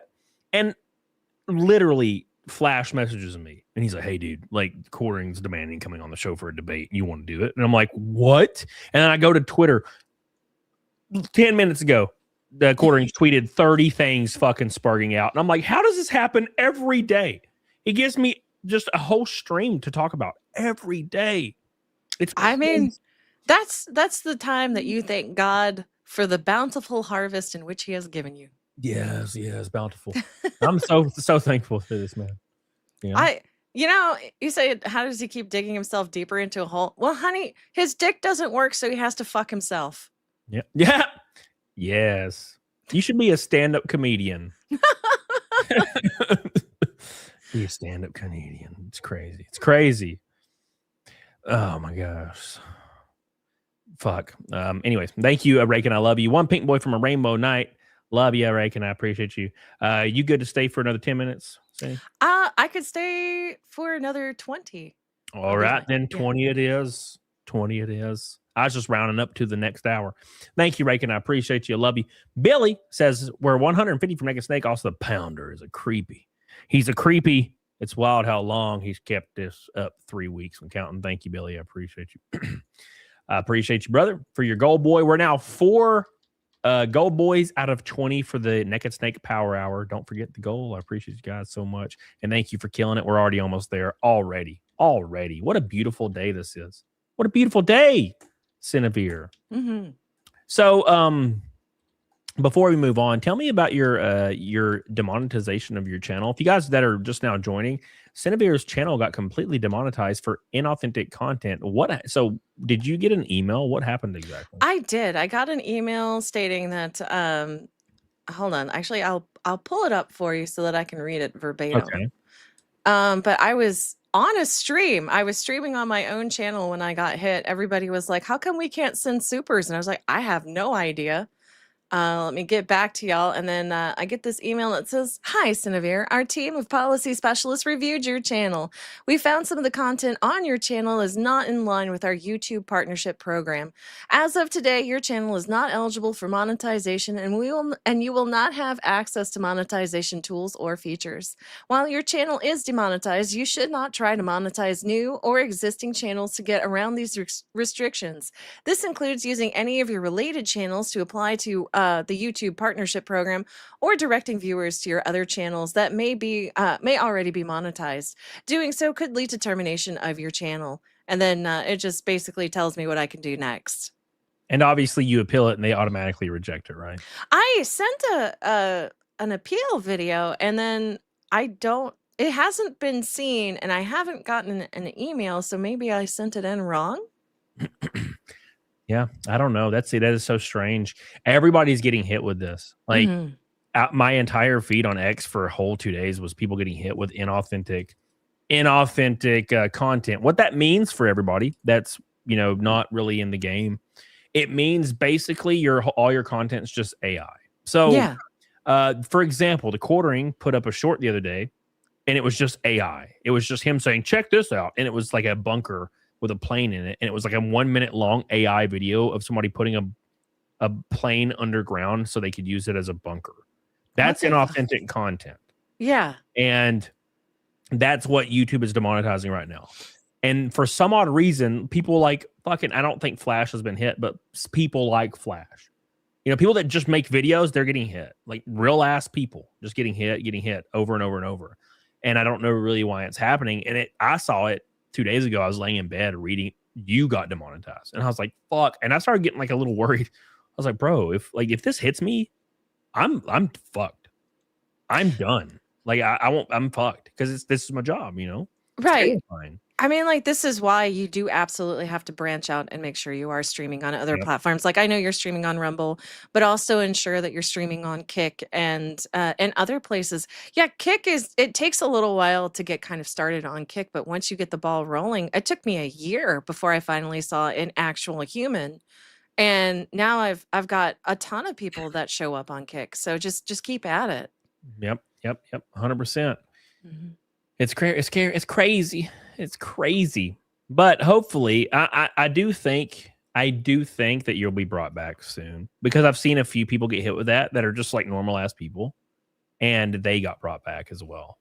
Well, that's the thing, though, is that YouTube actually responded to my tweet, only they responded to the wrong tweet. And all they did was define what inauthentic content was and didn't address the fact that I was demonetized. Right.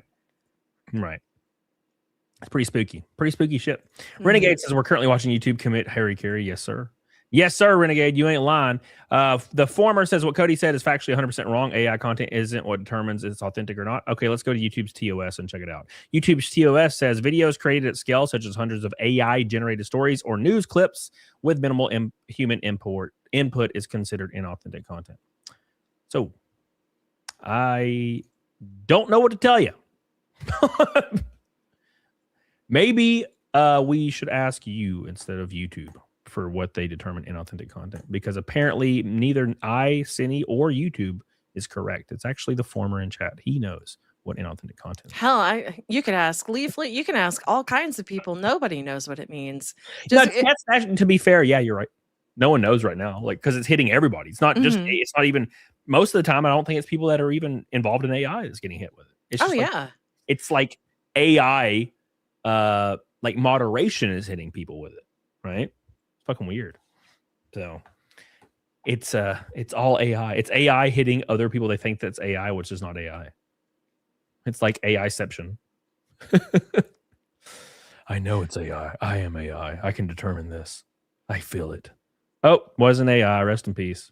Well, whoever's calling me the bimbo in your chat, actually, yes, being a VTuber does confuse the AI program because I do not move. I am in the constant same position. So you can call me whatever you want, but you're still an idiot. Yep. Yeah, I don't know. That does sound like something that would hit a lot of VTubers. It has been. Actually, the Skybrows community has been very concerned about it because I think I'm the sixth one in the community that's been hit. Yep. Vague rules, 100%. It's completely vague.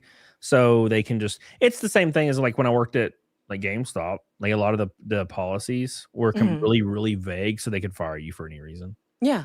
So that was all it's about. 140 from Naked Snake with a lot of time left. Well, a little bit of time left. Let's go ahead and start itching into this next video before Cindy drops out of here. And I do love the intro, I got to say. It's beautiful. What the hell did I just do? Oh. The intro is beautiful. Tonight, all new stories on the season premiere of Unsolved Mysteries. I love this intro. It's so beautiful.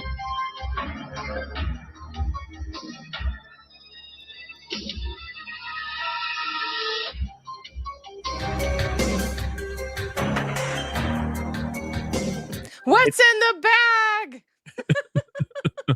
It's so close to my heart. Tonight, on Unsolved Coffee, a man-child runs a coffee roasting company, but nobody can find it. Where is it? We've already found out it's not in Utah. It's not in Wisconsin. Could the FDA get involved? Can the internet find it? Is there really coffee in it? Is it even coffee? We don't know. How was your weekend? Maybe you can help solve a mystery. What are the oranges for? What are the oranges? Oh my God. Hey guys, Luther Morgan here. Hope you like that little intro. Well, we got a banger of a video. This guy, for context, this guy's the guy that's been specifically looking in to the coffee brand coffee company that TheQuartering runs and finding out a lot of really weird shit about it. Like, it's not where it's supposed to be located. It looks like it might be some bullshit drop ship coffee, and it's not in FDA compliance. There's a lot of issues. Now, who cares, right? Number one, people that are probably like, well, who gives a fuck? Here's the issue. So TheQuartering for years has said that he handpicks like the beans and the blends, and he has his own employees in his own warehouse that he like manages. And it turns out that it's just literal bullshit. Like, Yeah, I don't think he could tell the difference between a coffee bean and a Mexican black bean. Exactly. So like that's the whole point is he implied that he built this business like up from the ground up with his bare hands, and actually it looks like it's just dropship bullshit that people are paying a huge premium for, right? Because he's like, support the little guy. I started this business. I might lose my house, and it actually turns out it was bullshit, right? So Today, guys, because we have people contacting me from all over, and I just want to say right off the bat, thank you to everyone who's sending me messages, giving me updates, telling me about, them reporting it. If anybody hears back from Coffee Brand Coffee, Amazon, the FDA, or anything like that, please send me a message. You can remain anonymous if you want to, or if you want me to shout you out, if you have social media, you have your own content, I'd be more than happy to do that, because unlike Jeremy Hambley, we actually want to, we want to respect people's property. And if you have your own investigation and your own information, I want to be able to shout you out so you can get credit for it. Because we have 3 viewers that have come forward. It's kind of like a viewer special here that have told me new information. So we have people internationally from Heiko who found the Coffee Brand Coffee YouTube channel. We're going to visit that. We have someone doing real on-the-ground work, real journalism on the ground, trying to find the coffee factory in Arizona, guys. Misty Mochi. And then we have a FDA person, an FDA employee who wishes to remain anonymous. So we're going to go through this. Ooh, an FDA employee. Oh my God. FDA employees' thoughts about Coffee Brand Coffee, as well as some of the resources they're able to bring to the table, as well as some corrections on some of the things that I had said, or polish up some of the things that I had said, and that we can hear this FDA employee's opinion as well. So let's get into the video, guys. Here is the Coffee Brand Coffee YouTube channel. As you can see, here's the introductory video. This is like Mill Creek Coffee Roasters. This was their initial advertisement. It's weird how he hasn't bought subscribers for this. I do want to point out these videos have like a gajillion views because they're all paid for to make it look like it's successful. Yeah, because if you had that many views, you'd have way more than 84 subs. Yeah, he would have probably like 3,000 to 10,000 subs if he had 500,000 views on random videos, right? Unless you were to assume his sub conversion rate for this channel is like 0.0001%, which I just don't think that's the case. It's Jeremy. It's very on brand for Jeremy to buy views to make it look like he's successful. That's what he currently does it now. He was caught today using a full video ad. Like, so if you let like a video play on YouTube, it would just play one of his videos over it as an ad, a 12-minute video. So he's just buying like ad space that people won't realize that they're getting a full video in front of it. Right.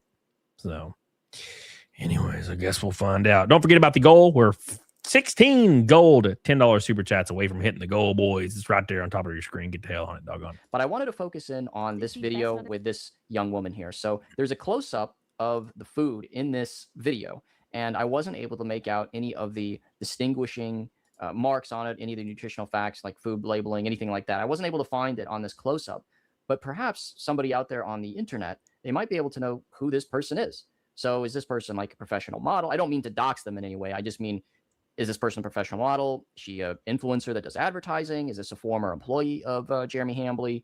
Is this a person that works at Mill Creek Coffee Roasters? The person that sent me this tip said that they were able to identify them from the Mill Creek Coffee Roasters Facebook page. I looked through all the pictures. I didn't see the resemblance myself, but maybe somebody out there knows anything about this. So let's get to the next, guys. So this is friend of the channel, Misty Mochi, and already pre-liked the video. So this is the on-the-ground journalist in Phoenix, Arizona, who actually went out to the Coffee Brand Coffee area where it's supposed to be. Now, it broke just a few days ago that Jeremy... I wonder if it's there. So she went out to the actual place. the actual place that this place is supposed to be at, Coffee Brand Coffee. I wonder if it's Hambley's there. trademark for Coffee Brand Coffee had expired, and the address listed on that trademark paperwork was in Phoenix, Arizona. Now, as you can recall, I think in part 1 of the series, I got an email from either Maggie or Angel, whoever the hell was supposed to be at Coffee Brand Coffee, and they said that it was shipped out of Phoenix, Arizona, which is very similar to where the trademark address was. Now, of course, that trademark expired, and quite frankly, he probably should let the trademark expire because Coffee Brand Coffee is a terrible name. But this person, this on-the-ground journalist, actually went out there. So let's go ahead and check out their video. In Luther's second video about Coffee Brand Coffee, none of the products he received after ordering Coffee Brand Coffee were packaged correctly with necessary information that the FDA requires. This was motivation enough for me to hop in my car. So she's going to the actual place, guys. So give her a like. She's putting in the work. On the trademark registration. It's just going to be like a Somalian daycare. Watch. To see if I could find answers. So just to show you guys, we are currently at the address I just listed, which is 3259 East Harbor Drive, Suite 101. So surely this is where the coffee factory is. The address comes back to Meta PCs. Oh. If we look up right here. Hey, I've been here. Wow. Oh, really? Yeah. I've been there before. Oh, man. That's weird. Why is the address to Meta PCs? I do remember reading something about the owner of Meta PCs actually started Player One Coffee, which was like, that's where his coffee was coming from, Coffee Brand Coffee. Oh. That's very interesting. Very, very interesting. We're right in front of the Meta PCs building. So is this where the coffee is shipping from? I would like to preface this by saying, please do not contact the employees at Meta PCs. They are just there doing their job. Yeah, they probably have no idea what's going on. They don't have control or say. Yeah, our beef is not with Meta PCs. Shenaniganery that Jeremy or Coffee Brand Coffee are up to.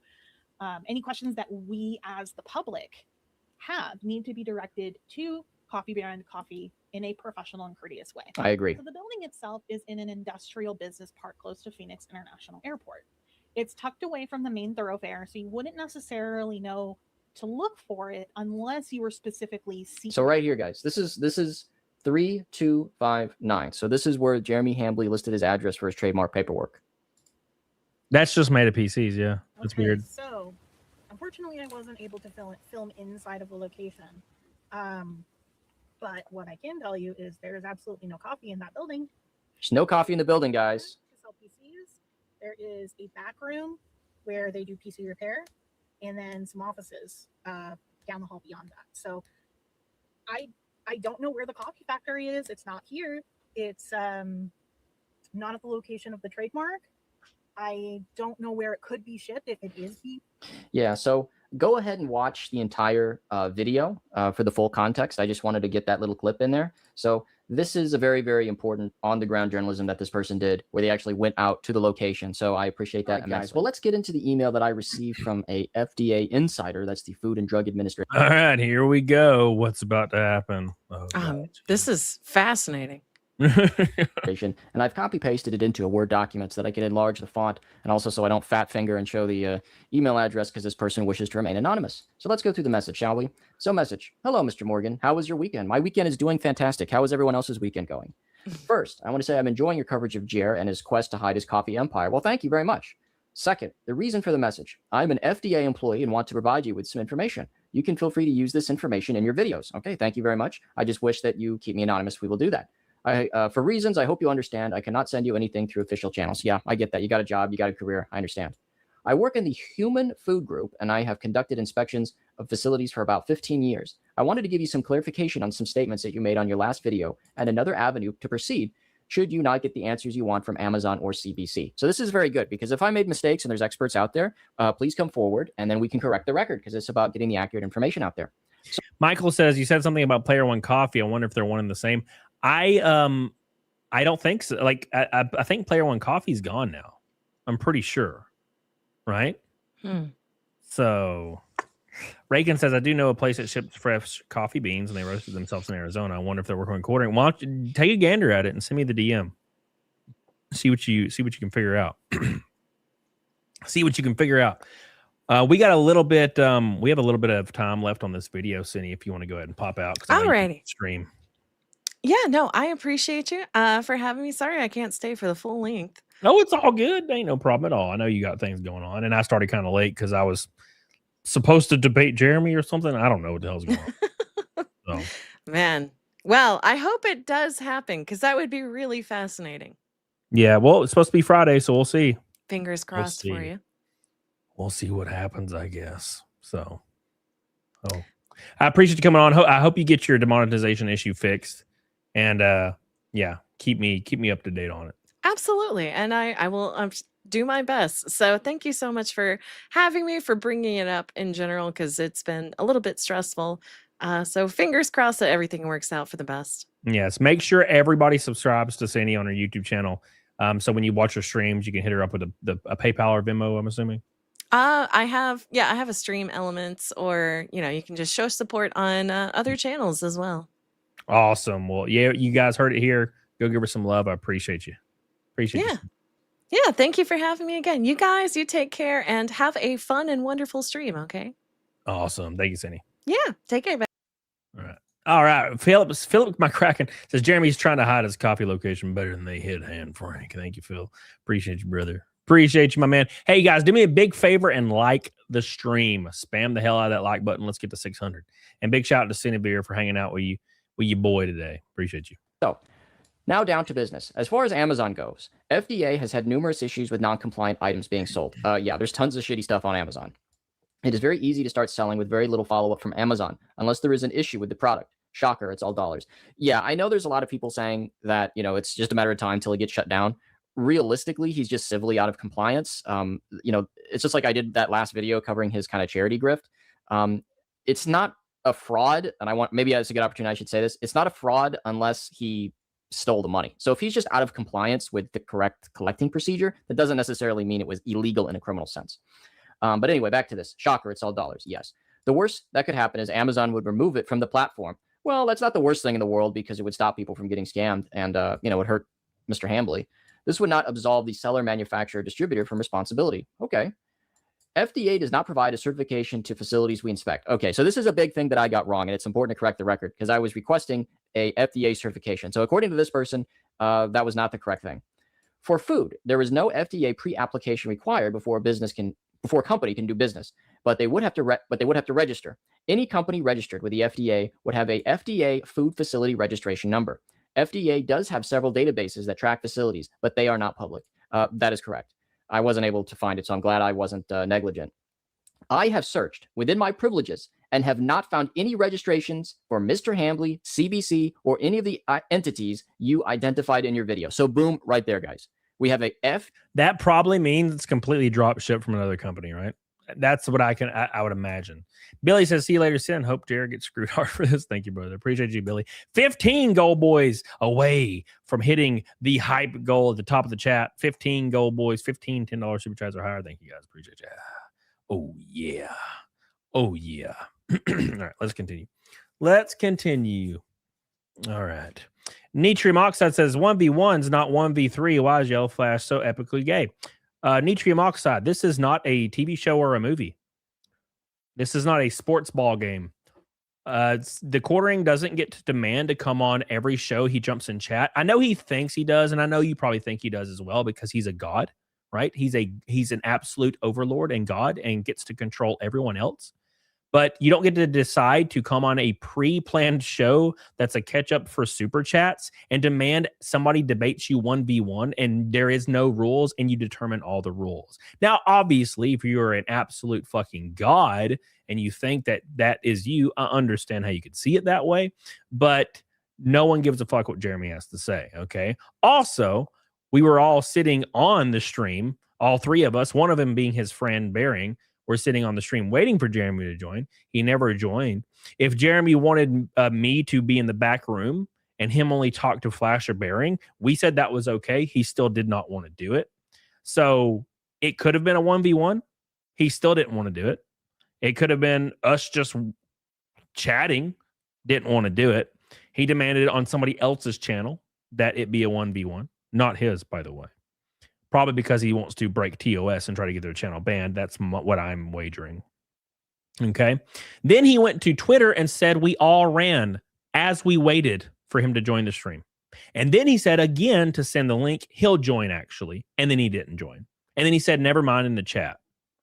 So I don't know how Jeremy gets painted as like a hero or badass when he literally like flailed like a floppy little fish and kept saying he was going to join and he wasn't going to join. And then he was going to join. And then he wasn't going to join. And then he was going to join. And then he wasn't going to join. But then he was going to join. But then he wasn't going to join. Yeah, okay. It just sounds like a 13-year-old girl that's angry. That's what it sounds like. Join the stream, take your licks, and fucking move on. Okay. This ain't a football game. Jeremy followed children around, filmed them without their consent, and said fucked up stuff on camera. Jeremy apparently has been flagging people. Jeremy said he's going to flex his millionaire connections to get people removed that make fun of him. He was going to destroy everyone. Scorched earth. He has millions of dollars, he said in DMs. And he can just call people because he has people on the inside that will just remove channels for him. He's that badass. He's that badass.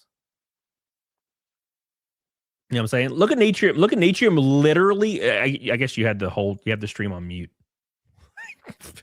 I didn't hear anything you just said. Not even one fucking tiny fracture of it. Never heard any of it, actually. I'm just going to repeat the same fucking thing I just said 2 seconds ago in chat. How do you not walk outside and drown when it rains? Duh! He said 1v1! All right, well, here's what we're going to do. Also, he doesn't get to determine the rules, but here's what we're going to do. He could have had his 1v1. Duh! He said 1v1! Yeah! Didn't hear the last 3 minutes. Yeah! Just copy Control-V over and over. Ah! Ah! I can't retain anything. There's too much knowledge about toy trains from my autism in my brain. Can't retain anything else anymore. All I can do is say 1v1. I don't care. What are you going to say when Jeremy doesn't show up Friday for the 1v1? You're just going to be like, oh, Jeremy said on Twitter this thing. Therefore, that's what I'm going to say now in chat. As a result, I'm going to just copy and paste the new thing in chat that I was told on Twitter. Oh, I don't even like Jeremy, actually, but I'm defending him like tooth and nail, totally. I don't like him at all. I actually hate him and stuff, but like, you know, Jeremy's actually really great if you give him a chance and stuff. Like, what the fuck are we talking about? Oh, it's your hobby. Listen, get a better hobby, Rise. No more fucking toy trains for you. I'm sick of you. Okay? God. Fucking Natrium, I'm sick of your shit. Every stream with this shit. God. Can't even enjoy myself anymore. Natrium comes in, fucking flailing at me. Amateur says, my coworker's wife had a miscarriage. He had to leave work to be with her. Do you or PDH have any advice on how to keep their spirits up? One single message. Hey, if you need anything, we're here for you. Right? Anything other than that, then you're like bordering on making yourself feel like a good person. Right? People, if they need help, will reach out. Just let them know that you were there in silence. Right. Thank you, Amateur. I love you, buddy. I appreciate you.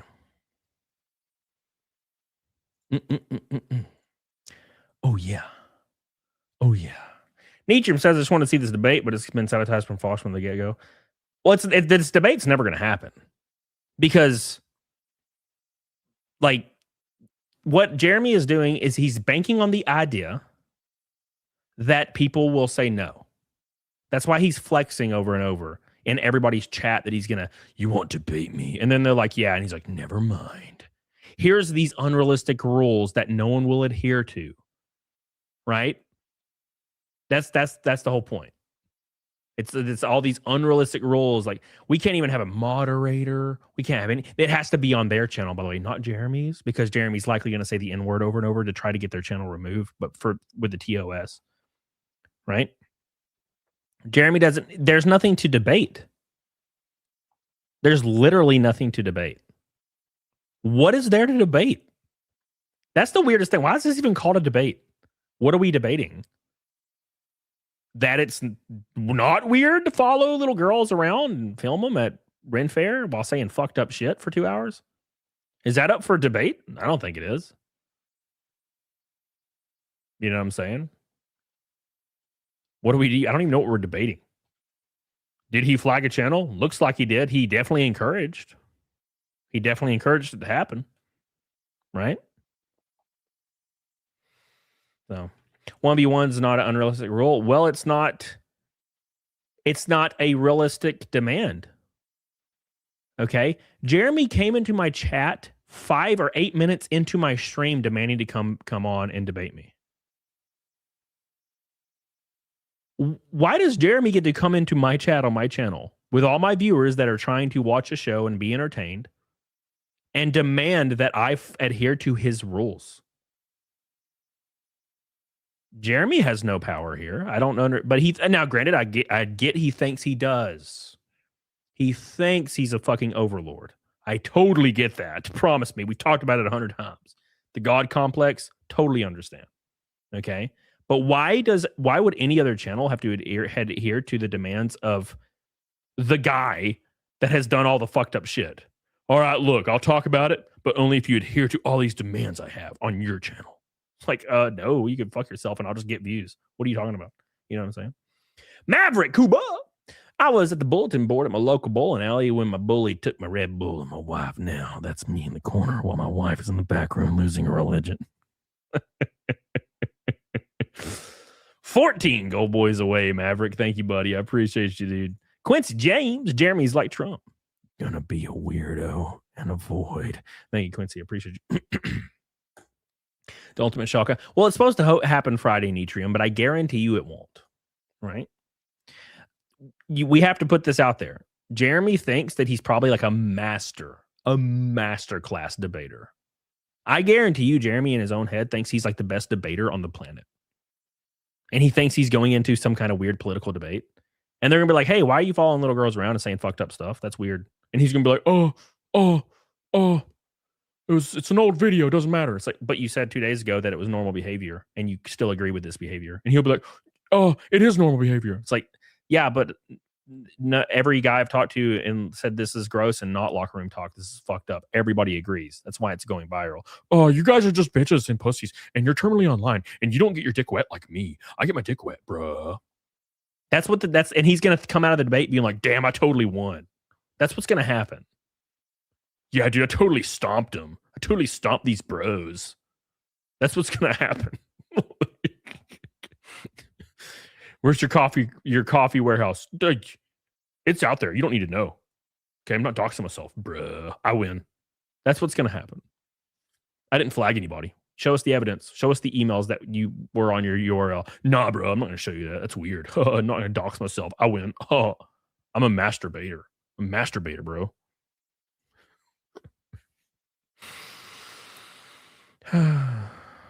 Billy Hatcher says he's the best debater, the best bull ever. He drives a red F-150.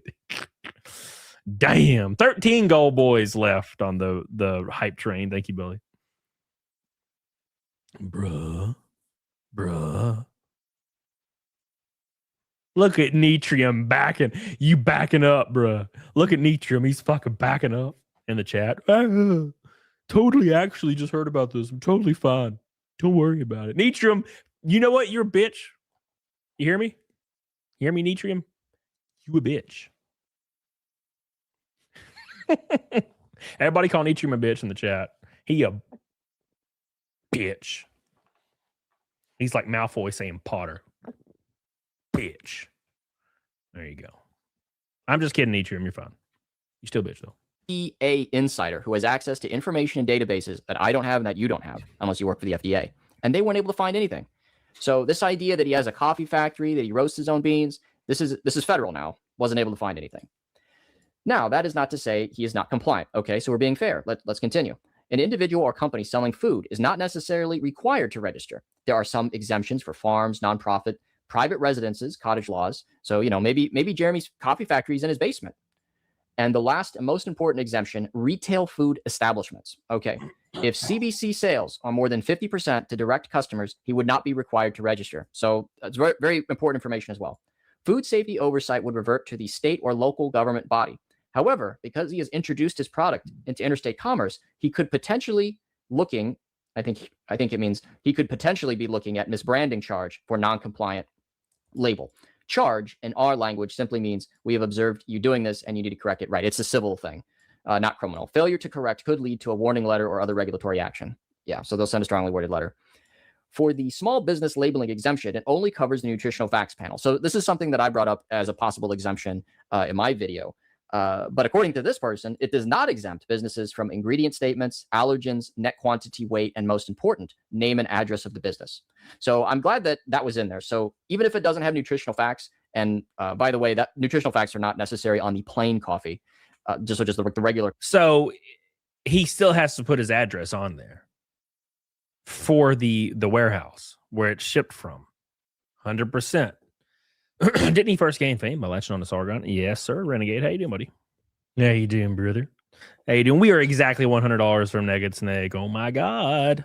13 gold boys from the hype goal, which will get us to Nugget Snakes. Look at that. It all comes full circle. Coffee beans, not the flavored ones. So yeah, it still needs to have the name and address of the business according to the FDA employee, which I think everyone would agree with. And I think probably most people would consider common sense, but not if you're Jeremy Hambley. The product you ordered with flavorings and the coffee with undeclared extra caffeine would all need the appropriate label. Okay. I applaud you sending the certified letter. And by the way, that certified letter went out today. So we'll see. I can track that. Should you fail to receive a response, I advise you to file a consumer complaint at, and they provide the message there. That's nice. You may submit this anonymously. Now, I think I'll use my name. You can provide detailed information and upload pictures of the product for FDA to follow up on. We'll get to the bottom of this one way or the other. Feel free to reach out if you have any other additional questions or need for more information on FDA policy. So everyone else who also reported it to Coffee Brand Coffee. So if you emailed Coffee Brand Coffee at coffeebrandcoffee.com, if you didn't receive a response, well, you can make a consumer complaint. It's well within your right as a consumer, guys. Rip. Okay, guys. So I sent a little follow-up email, and then I got this email in response. Of course, we put it in the Word document here, so I don't give anything away.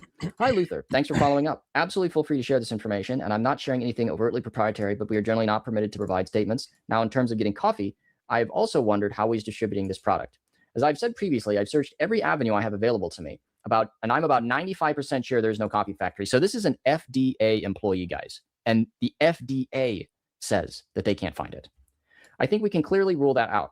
Being that he started the company in 2022, he wouldn't have necessarily had an inspection yet. Okay, this is concerning. From a public perspective. From initial registration to an initial inspection could be about 2 to 3 years if there were no issues. The riskier the product, the sooner you would have an inspection. Think foods for special populations, elderly, babies, kids, etc. So this would be like baby formula. And I'm also obviously guessing like dairy and meats and stuff like that people could get seriously sick. Low risk products like coffee would be on. Sam says Jared's whole company was a lie. He said he had a factory, brewmaster, designed his own flavors, had employees. He had nothing. Another company did it for him at an 80% markup. That's where this is coming from. A lot of people are like, well, why wouldn't that matter, right? Like they're like, oh, who cares, right?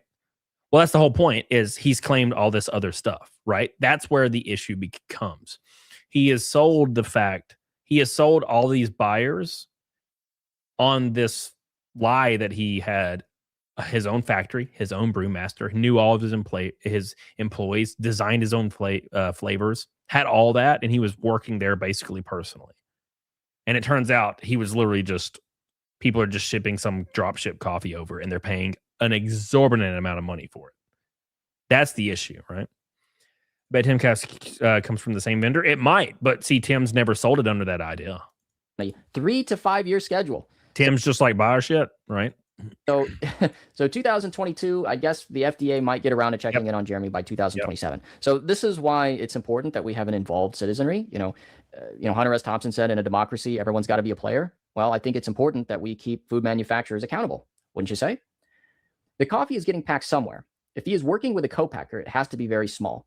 You are correct in thinking that a reputable company would not allow something to leave their facility with a non-compliant label. So this is in my email that I had sent to them in response to their email, where I said, because in the first video, when we talked about the $380,000 in debt that Jeremy had gone into for. By the way, it is official that his labeling is non-compliant. By the way, what's up, Sonia? Coffee Brand Coffee. I originally thought that this was a massive batch of coffee, pulling a Hambley here, for a co-packer to manufacture, and then he would distribute.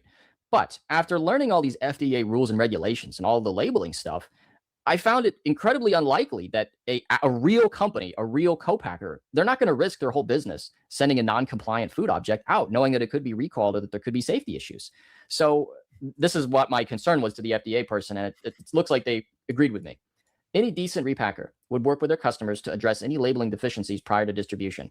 Somebody tweeted at me and they said Jeremy drunk posting while his wife is spit roasting, and it made me almost lose my shit. Oh my gosh, it's Patrick Williamson. What the hell? Where you been, son?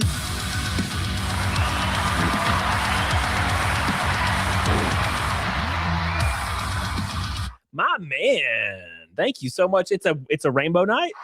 There's the pink boy. Thank you so much, Patrick. I hope you're doing well. What's up? Dude, a whole bunch of nothing. We're talking about the FDA approval and FDA compliancy of the Coffee Brand Coffee, which is the TheQuartering's dropship company. I don't fucking know, right? Or the company that is under the guise of a dropship company. But at any rate, been going great. We raced at Talladega last weekend, Patrick. It was awesome.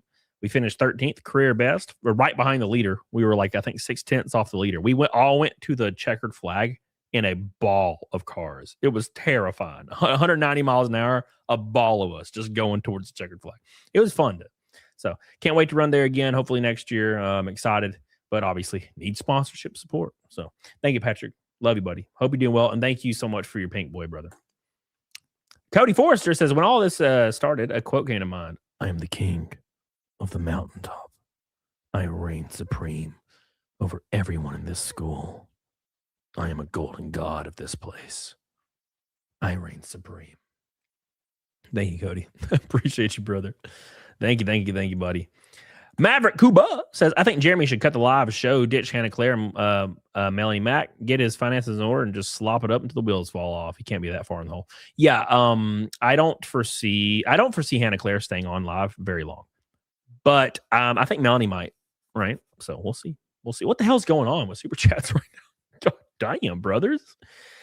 Damn. Maverick Cuba, thank you. Patrick Williamson, $100 Super Chat. Oh, my God.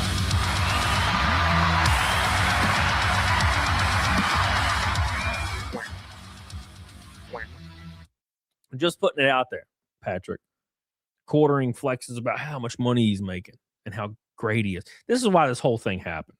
He just was carrying himself like a god and started attacking people. And unfortunately, people don't like when you're not humble like that. You know, the complete opposite. He made $6 in Super Chats this last show. We're at 600. Patrick, you're the man. You're the myth. You're the legend.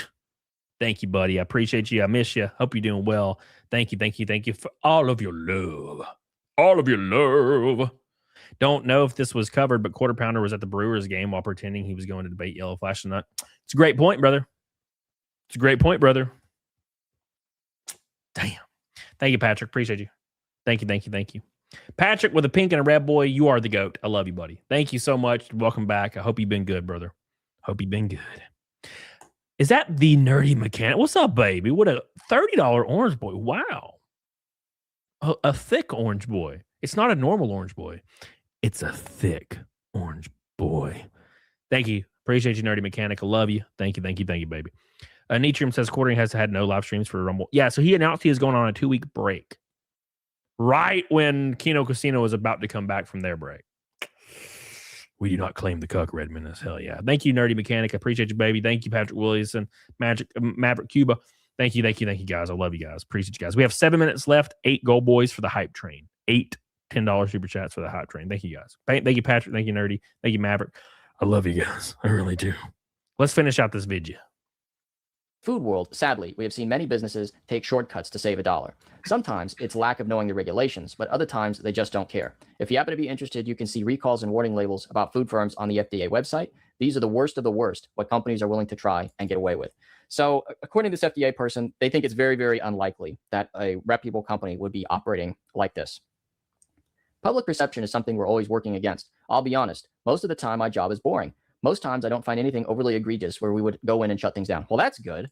Even if we wanted to shut things down, it's a process. This is where we work with state authorities, as they have more power to immediately shut down facilities with issues. So like in Utah, this is the Department of Food and Agriculture, and with all states have this.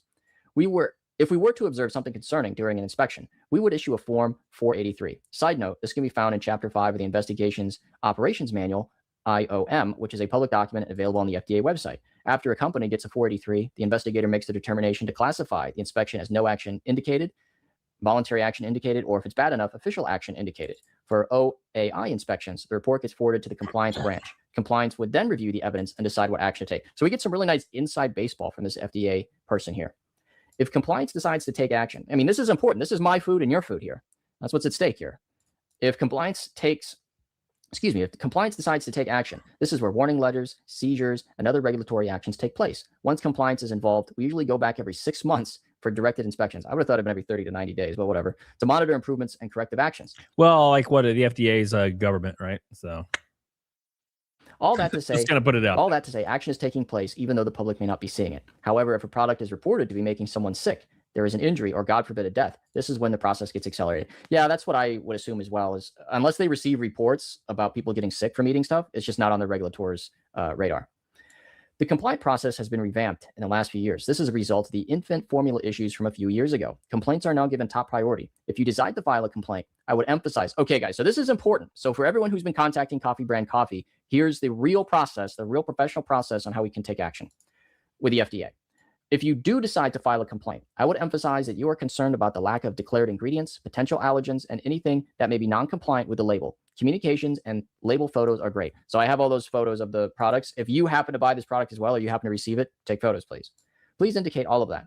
I would also emphasize that you have attempted to contact the company with no response. So what's the update on that? So I emailed Coffee Brand Coffee, waited 5 business days, didn't receive a response. I know, everyone's shocked, right? So I actually sent the certified mail today. So this would be April 29th, 2026, if you're watching this. So we'll see if they respond. Now, if they don't respond, maybe I'll follow up with this avenue. Once the complaint is received, it is assigned to an investigator. I guarantee something like this will result in a directed inspection. So this is really good. In the meantime, keep up the good work, and I'll keep looking on my end. Well, thank you very much. Sorry if this is a little bit rambling, but I wanted to provide as much context as I could. No, I think this is an excellent information, and I enjoy it.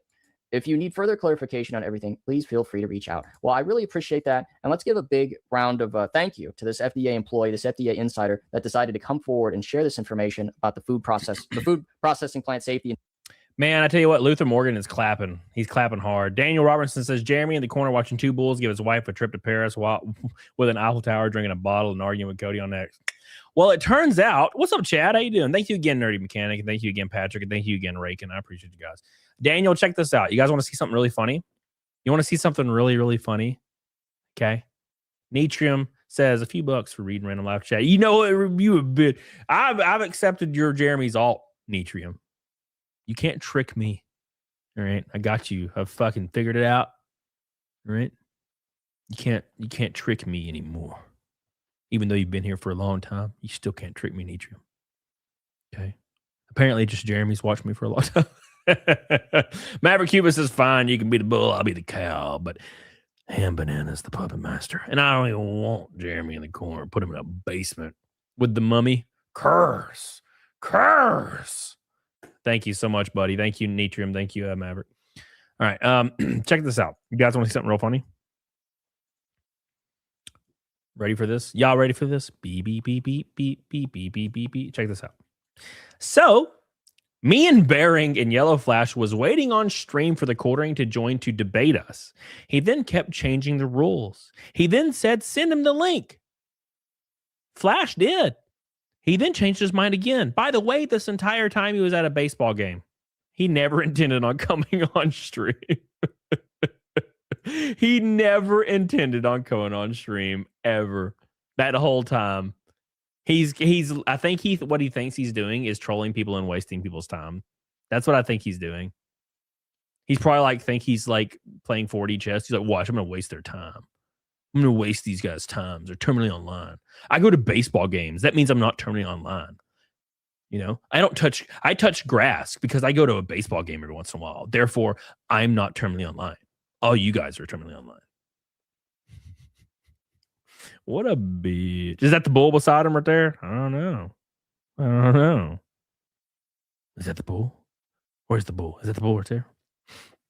Pick the bull. It's like, where's Waldo? Where's the bull? You know? I think that's exactly what he's doing, Darth. Yeah. I think he might be right. Yeah. He's just wasting people's time. He will not show up to that show Friday for no debate. Are you kidding? No. He goes to baseball games and spurging out on chat and X. What a mess of it. Yeah, he's like, you guys are terminally online. You're terminally on X, as he spurgs out on X while at a baseball game, supposedly supposed to be enjoying his time. Nope. Nope. How drunk do you think he got at the baseball game? I don't know, bro. He probably got pretty fucked up. He said it was $14 for a White Claw. He's complaining about the price of White Claw, but he's supposed to be a multimillionaire. I don't know. You best believe if I had $10 million in the bank, I wouldn't be complaining at the price of White Claw. I'd be like, fuck, bring it on. Bring more, waitress. Let's go. I don't care. Jacqueline says, you have a merch line? I do. It's in the, should be like attached to the bottom of the video. I don't know how it works. But if not, I have a link tree that has it for sure. Probably. Nick could probably let you know. I don't know. Go buy a NASCAR shirt from me. Hell yeah, brother. Get on it, doggone it. Shout out to Nerdy Mechanic. Shout out to Patrick Williamson. Shout out to Rake and Knot. I appreciate you guys so much. Thank you. Appreciate you guys. Hell yeah. Somebody said Brittany Venti released a new video. Oh, let's roll that beautiful beam footage. Can you guys do me a big ass favor? Can you like the show? Spam the hell out of it. It really helps me out. Like, really, really helps me out. So get the hell on it, doggone it. Oh, yeah. Okay, so she posted about this. So TheQuartering claimed that he was going to have to get a job soon because YouTube money was about to dry up, which is very, very weird. Let me look. Full-time job. Maybe it'll pop up immediately. X search sucks, though. Oh, look at that. First video. Shocking. For the first time in forever. Actually worked. Thank you, Maverick. Appreciate you, brother.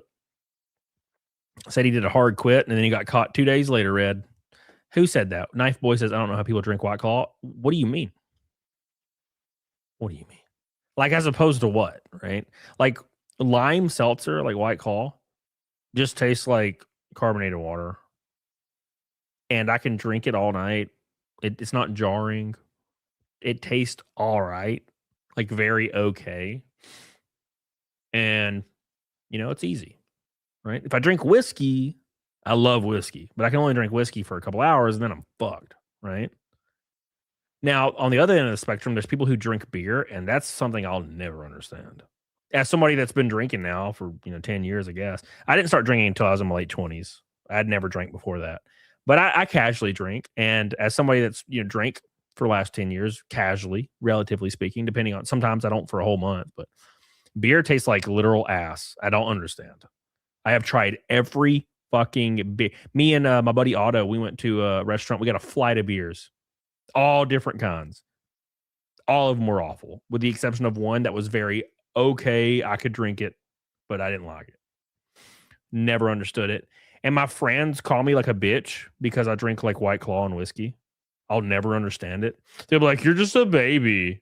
And I'm like, but I drink 6 White Claw and I feel pretty good. Or I drink 3 whiskeys and I feel pretty good. You have to drink 28 beers to get drunk.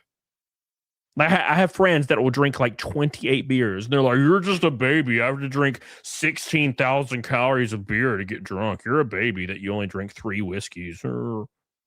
Be a man. Drink 55 beers. The fuck are we talking about? I'll never understand it.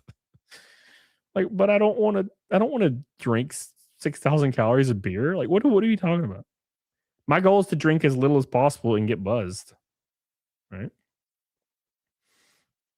So, I'm taking a break from drinking. Oh, Trash Panda, me too.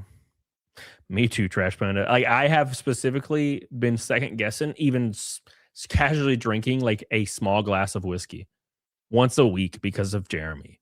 Jeremy has made me want to be sober, like 100% of the time. I unironically considered quitting drinking because of Jeremy. And I don't even have an issue. I drink like kind of rarely. And I still was like, I might just quit drinking. I don't even want to be associated, Fire PA says, getting tossed, flipping out on X as you watch Brew Crew lose to the D-back. Sounds like the path to ultimate despair. Sky Bull, it gives your wife some wings. Damn, brother. I would never drink beer to get drunk, though. That's what whiskey's for. Yeah, I agreed. What's the point of beer then? Like, so all the guys I know that drink beer, they'll drink like 25 beers to get like tossed. What's the point of beer? It tastes like ass. I don't get it. Like, I know like that's not everybody thinks that way. Like some people like enjoy it. I don't get it, but I don't understand why you have to drink so many to like fill something. It's weird. You know? But hey, whatever. I tasted beer too. I like taste. Yeah, beer sucks. Oh, and a lot of people like it though. You know, the king of Kush says, "Bro, you drive NASCAR?" Yes, sir. Yes, sir. You should be living on beer. No, gross. What made Jeremy like this to begin with? He had a couple good years as a content creator with low effort, and now he thinks he's a god. It all went to his head. It all went directly to his head. 25 beers, that's dangerous? Shit. No, like I have several friends that drink 25 beers every night, and they have for years. Maverick. Pomegranate juice, vodka, water, hydration, antioxidants for the liver, false sense of not rotting your organs. Yeah, dude. No, I'm all about it. I like mixed drink. You know, I like vodka, I like rum, I like all these things. I like whiskey. Mainly whiskey. You know, I'm a big whiskey guy. There's this place down the road, downtown in the city where I live. And it's got really good whiskey. You know, they'll make you like a whiskey and they'll smoke it. They'll all do all that shit. It's nice. They make this one that's like it's like a Jameson thing. It's like a coffee drink. What is it called? Anyways, I got it recently. It was really good. Like Jameson and coffee. It was cool. JMO Espresso is what it was called, I think. It was nice. It's cool. All right. Any substances? What the hell you mean any substance? Torino. Bailey's. Ugh. Oh. Yes, sir. Irish Carbon. You know what that is. I've heard it several times. I don't know what it is. Beep, beep. All right, boys. Make sure, I need you guys to get the 600 likes. We're almost there. We're 15 likes from 600. Spam it. Spam it for your boy, please. Spam the like button. Do it now. Put the cookie down. Put the cookie down. All right. John Maitland. Nerdrotic. Melee Gaming. Murray Manor. Patch Hollows. The fuck is Patch Hollows? I don't know who that is. I don't know who anybody is right now. Let's Google it. No! Back up. I don't know who it is. Oh, no, sorry, guys. I'm just subscribed to people sometimes. I don't know who they are. I want to make sure before I raid somebody. How can I type in the channel name and it doesn't pull up the channel name? Like, what is YouTube doing to me right now? Channels. I guess they must have changed the name recently. I don't know what it is. It's not pulling up. Anyways, whatever. Let me go back to the stream. Sorry, guys. I'm like missing stuff. Haven't been around. Quit smoking. Hell yeah. And a lot of spinal pain. Ooh, that sucks, man. I'm sorry. Yeah, I quit vaping like a week ago. And it got a little annoying for a couple days there, but I'm good now. Wasn't bad though. It wasn't as bad as I thought it would be a little bit worse, you know, because, you know, I thought everybody's always had such a really bad problem with smoking and quitting, and I was kind of worried it was going to be a little rough. It was fun. Cody, what's your favorite dream car, Torino? I used to have an R8. I got rid of it though. I love R8s. My dream car would be a Ferrari F430. That's what I would love to have, but I'll never. It's zombies going up. Oh, cool. Thank you. Kush says you and Adam Carolla should team up and make a movie about baseball. Shit. I got like $8, brother. Thank you, King of Kush. Appreciate you, brother. Darth Reven says Jack Daniels Fireball and Sprite's great. I never tried it. I'm not a big fan of Fireball because I drank a lot of Fireball for a short period of time, and I don't know why. Gated, yeah. Yeah, I'm not. You wouldn't be able to buy a gated one, but yeah, if I could just have the pick of the litter, it'd be gated. Obviously, 6 months without weed based. I've never smoked weed before. So I would not know. But Fireball's disgusting. Yeah. Although I did do this thing where I drink Fireball in the line at the haunted house every Halloween. I drink Fireball. I don't do that anymore, but I used to. It was like a tradition. No more. No more. Anyways, here's the video of Jeremy claiming he's going to have to get a full-time job soon. As I clicked the wrong thing. Generally, when things are struggling, the owner or CEO will not take a salary. That's how you run a business. You know, for years, as I've created content on YouTube, I still worked a full-time job for almost all of them. You know, because you can't. He's implying that he works a full-time job all the way up until, I guess, recently, which is definitely not true.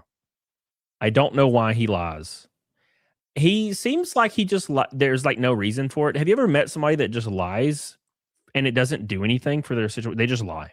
They just lie about everything for no reason.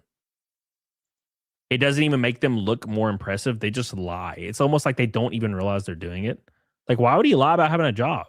Who cares? It's actually more respectable if you're doing YouTube full time and diving into it, right? I would think. What does he think it makes him look better to have a full time job while doing YouTube, or does it make it look like he probably in his weird monkey brain he probably thought the fact that he's implying that he's worked full time this whole time while on YouTube, it made his accomplishments even more impressive. He's even more of a god than you realize this whole time. Count on this. You can't count on YouTube. And at some point, I'll go back to a full-time job because that's going to be how this shakes out. You know, we already see what's going on with AI and how it's going to be AI, not the fact that he's only making $6 in super chats per show. And his deal with Rumble's apparently not real. Many platforms are really, really, really working hard to demonetize channels, all sorts of stuff like that. Demonetize. The self-awareness is insane. It's insanity, like insane levels of self-awareness. Thought not believable prior. Thought not believable prior. You know? Oh my God. Oh my God. Put the fries in the bag, Jeremy.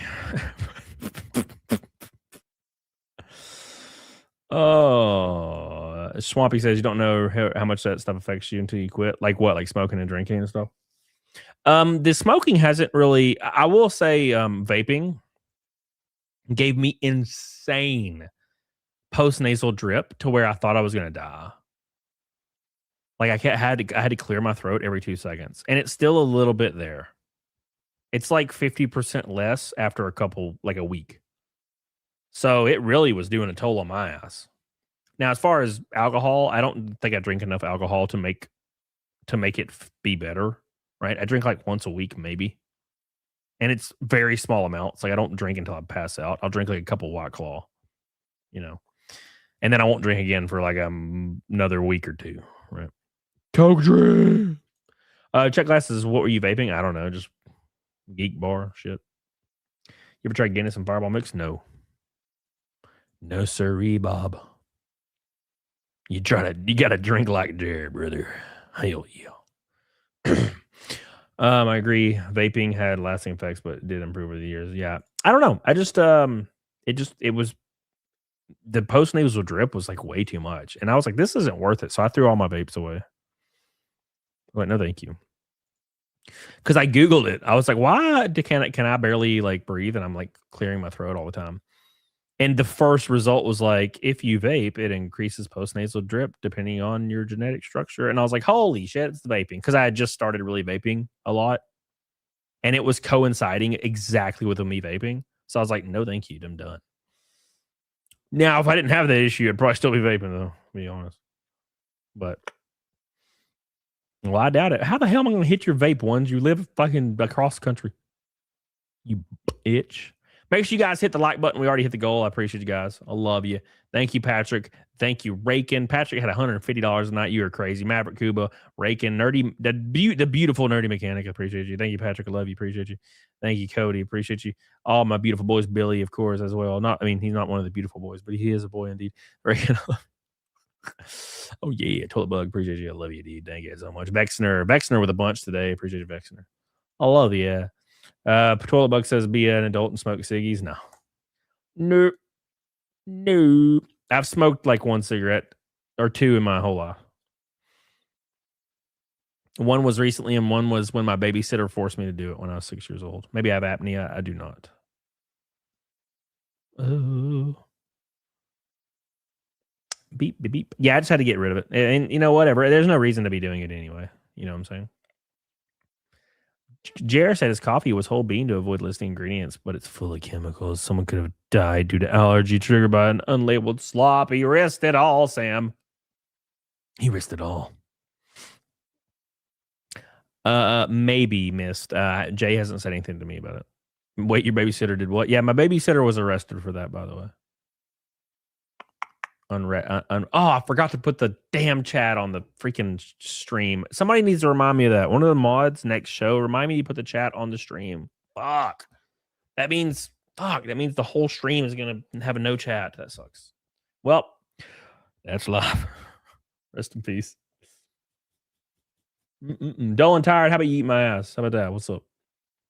All right, boys. I'm gonna do Naked Snake, and then we're gonna raid BMO. Because Cindy's on with BMO, I think. So let's get the hell on it, dog on it. Big shout out to everybody. We hit the 612th Naked Snake in a row. I really appreciate you guys for all the love today. We hit 1,200 viewers again. I don't know how we keep doing it. Thank you guys so much. And hopefully Jer will debate us Friday, and I'll stream about it right after. I'll go live directly after the debate, and we'll cover everything. So, hell yeah. Hell yeah. Thank you. Do you pay your mods? My mods don't get nothing. Actually, they have to pay me. Okay. All right. Get real. Okay. Strip. I'm doing it. Jesus, ones. You're just too gay. Too gay, brother. I'm doing it. All right. Here we go. You guys ready for Naked Snake? Appreciate you guys. Here we go. One more time. One more time, boys. We keep going. Shout out to Patrick Rakin. Love you guys. Nerdy Mechanic.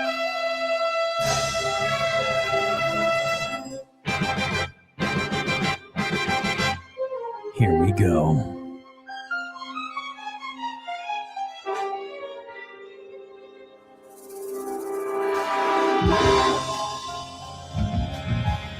One more time. What's up, Chad? What a thrill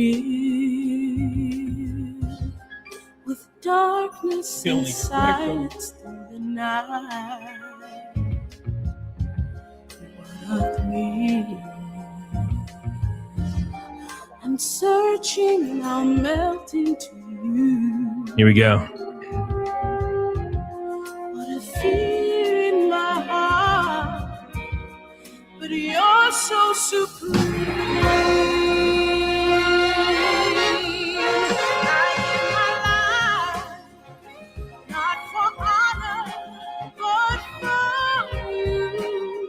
Snake eater, razzle dazzle.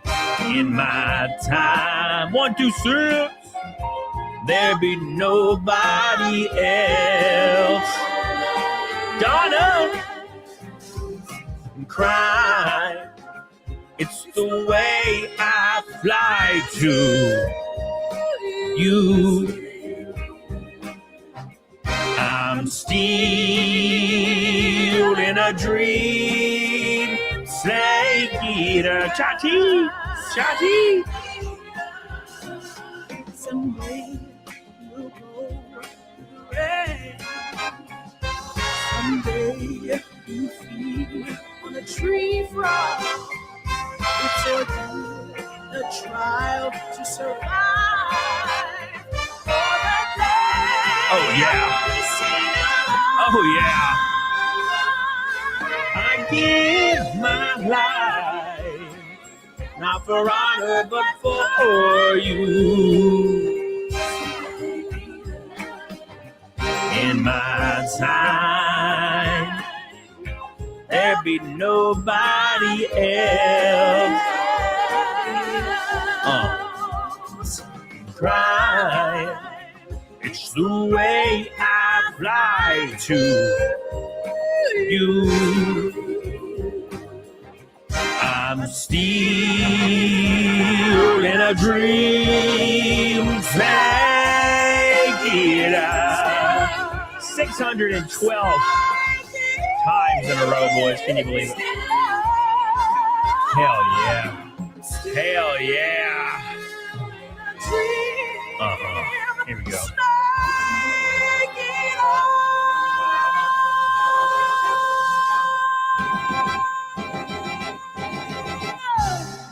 Thank you guys. Appreciate you guys so much for all your love, all your support. Shout out to Patrick, shout out to Nerdy Mechanic, shout out to Raker, shout out to all the boys that always support your boy, Baxter. Love you guys. I appreciate you. Spam the like button right now. Right now. We're going to raid BMO. I'll see you guys over there, and I appreciate you so much. Keep in mind, we're trying to get some more races scheduled for the year, so if you have a company or a small business, you want to get involved directly as a sponsor, message me. DM me on X or DM me on Instagram. Let's make some magic happen. I'll see you guys over on BMO. Get the hell on it, doggone it.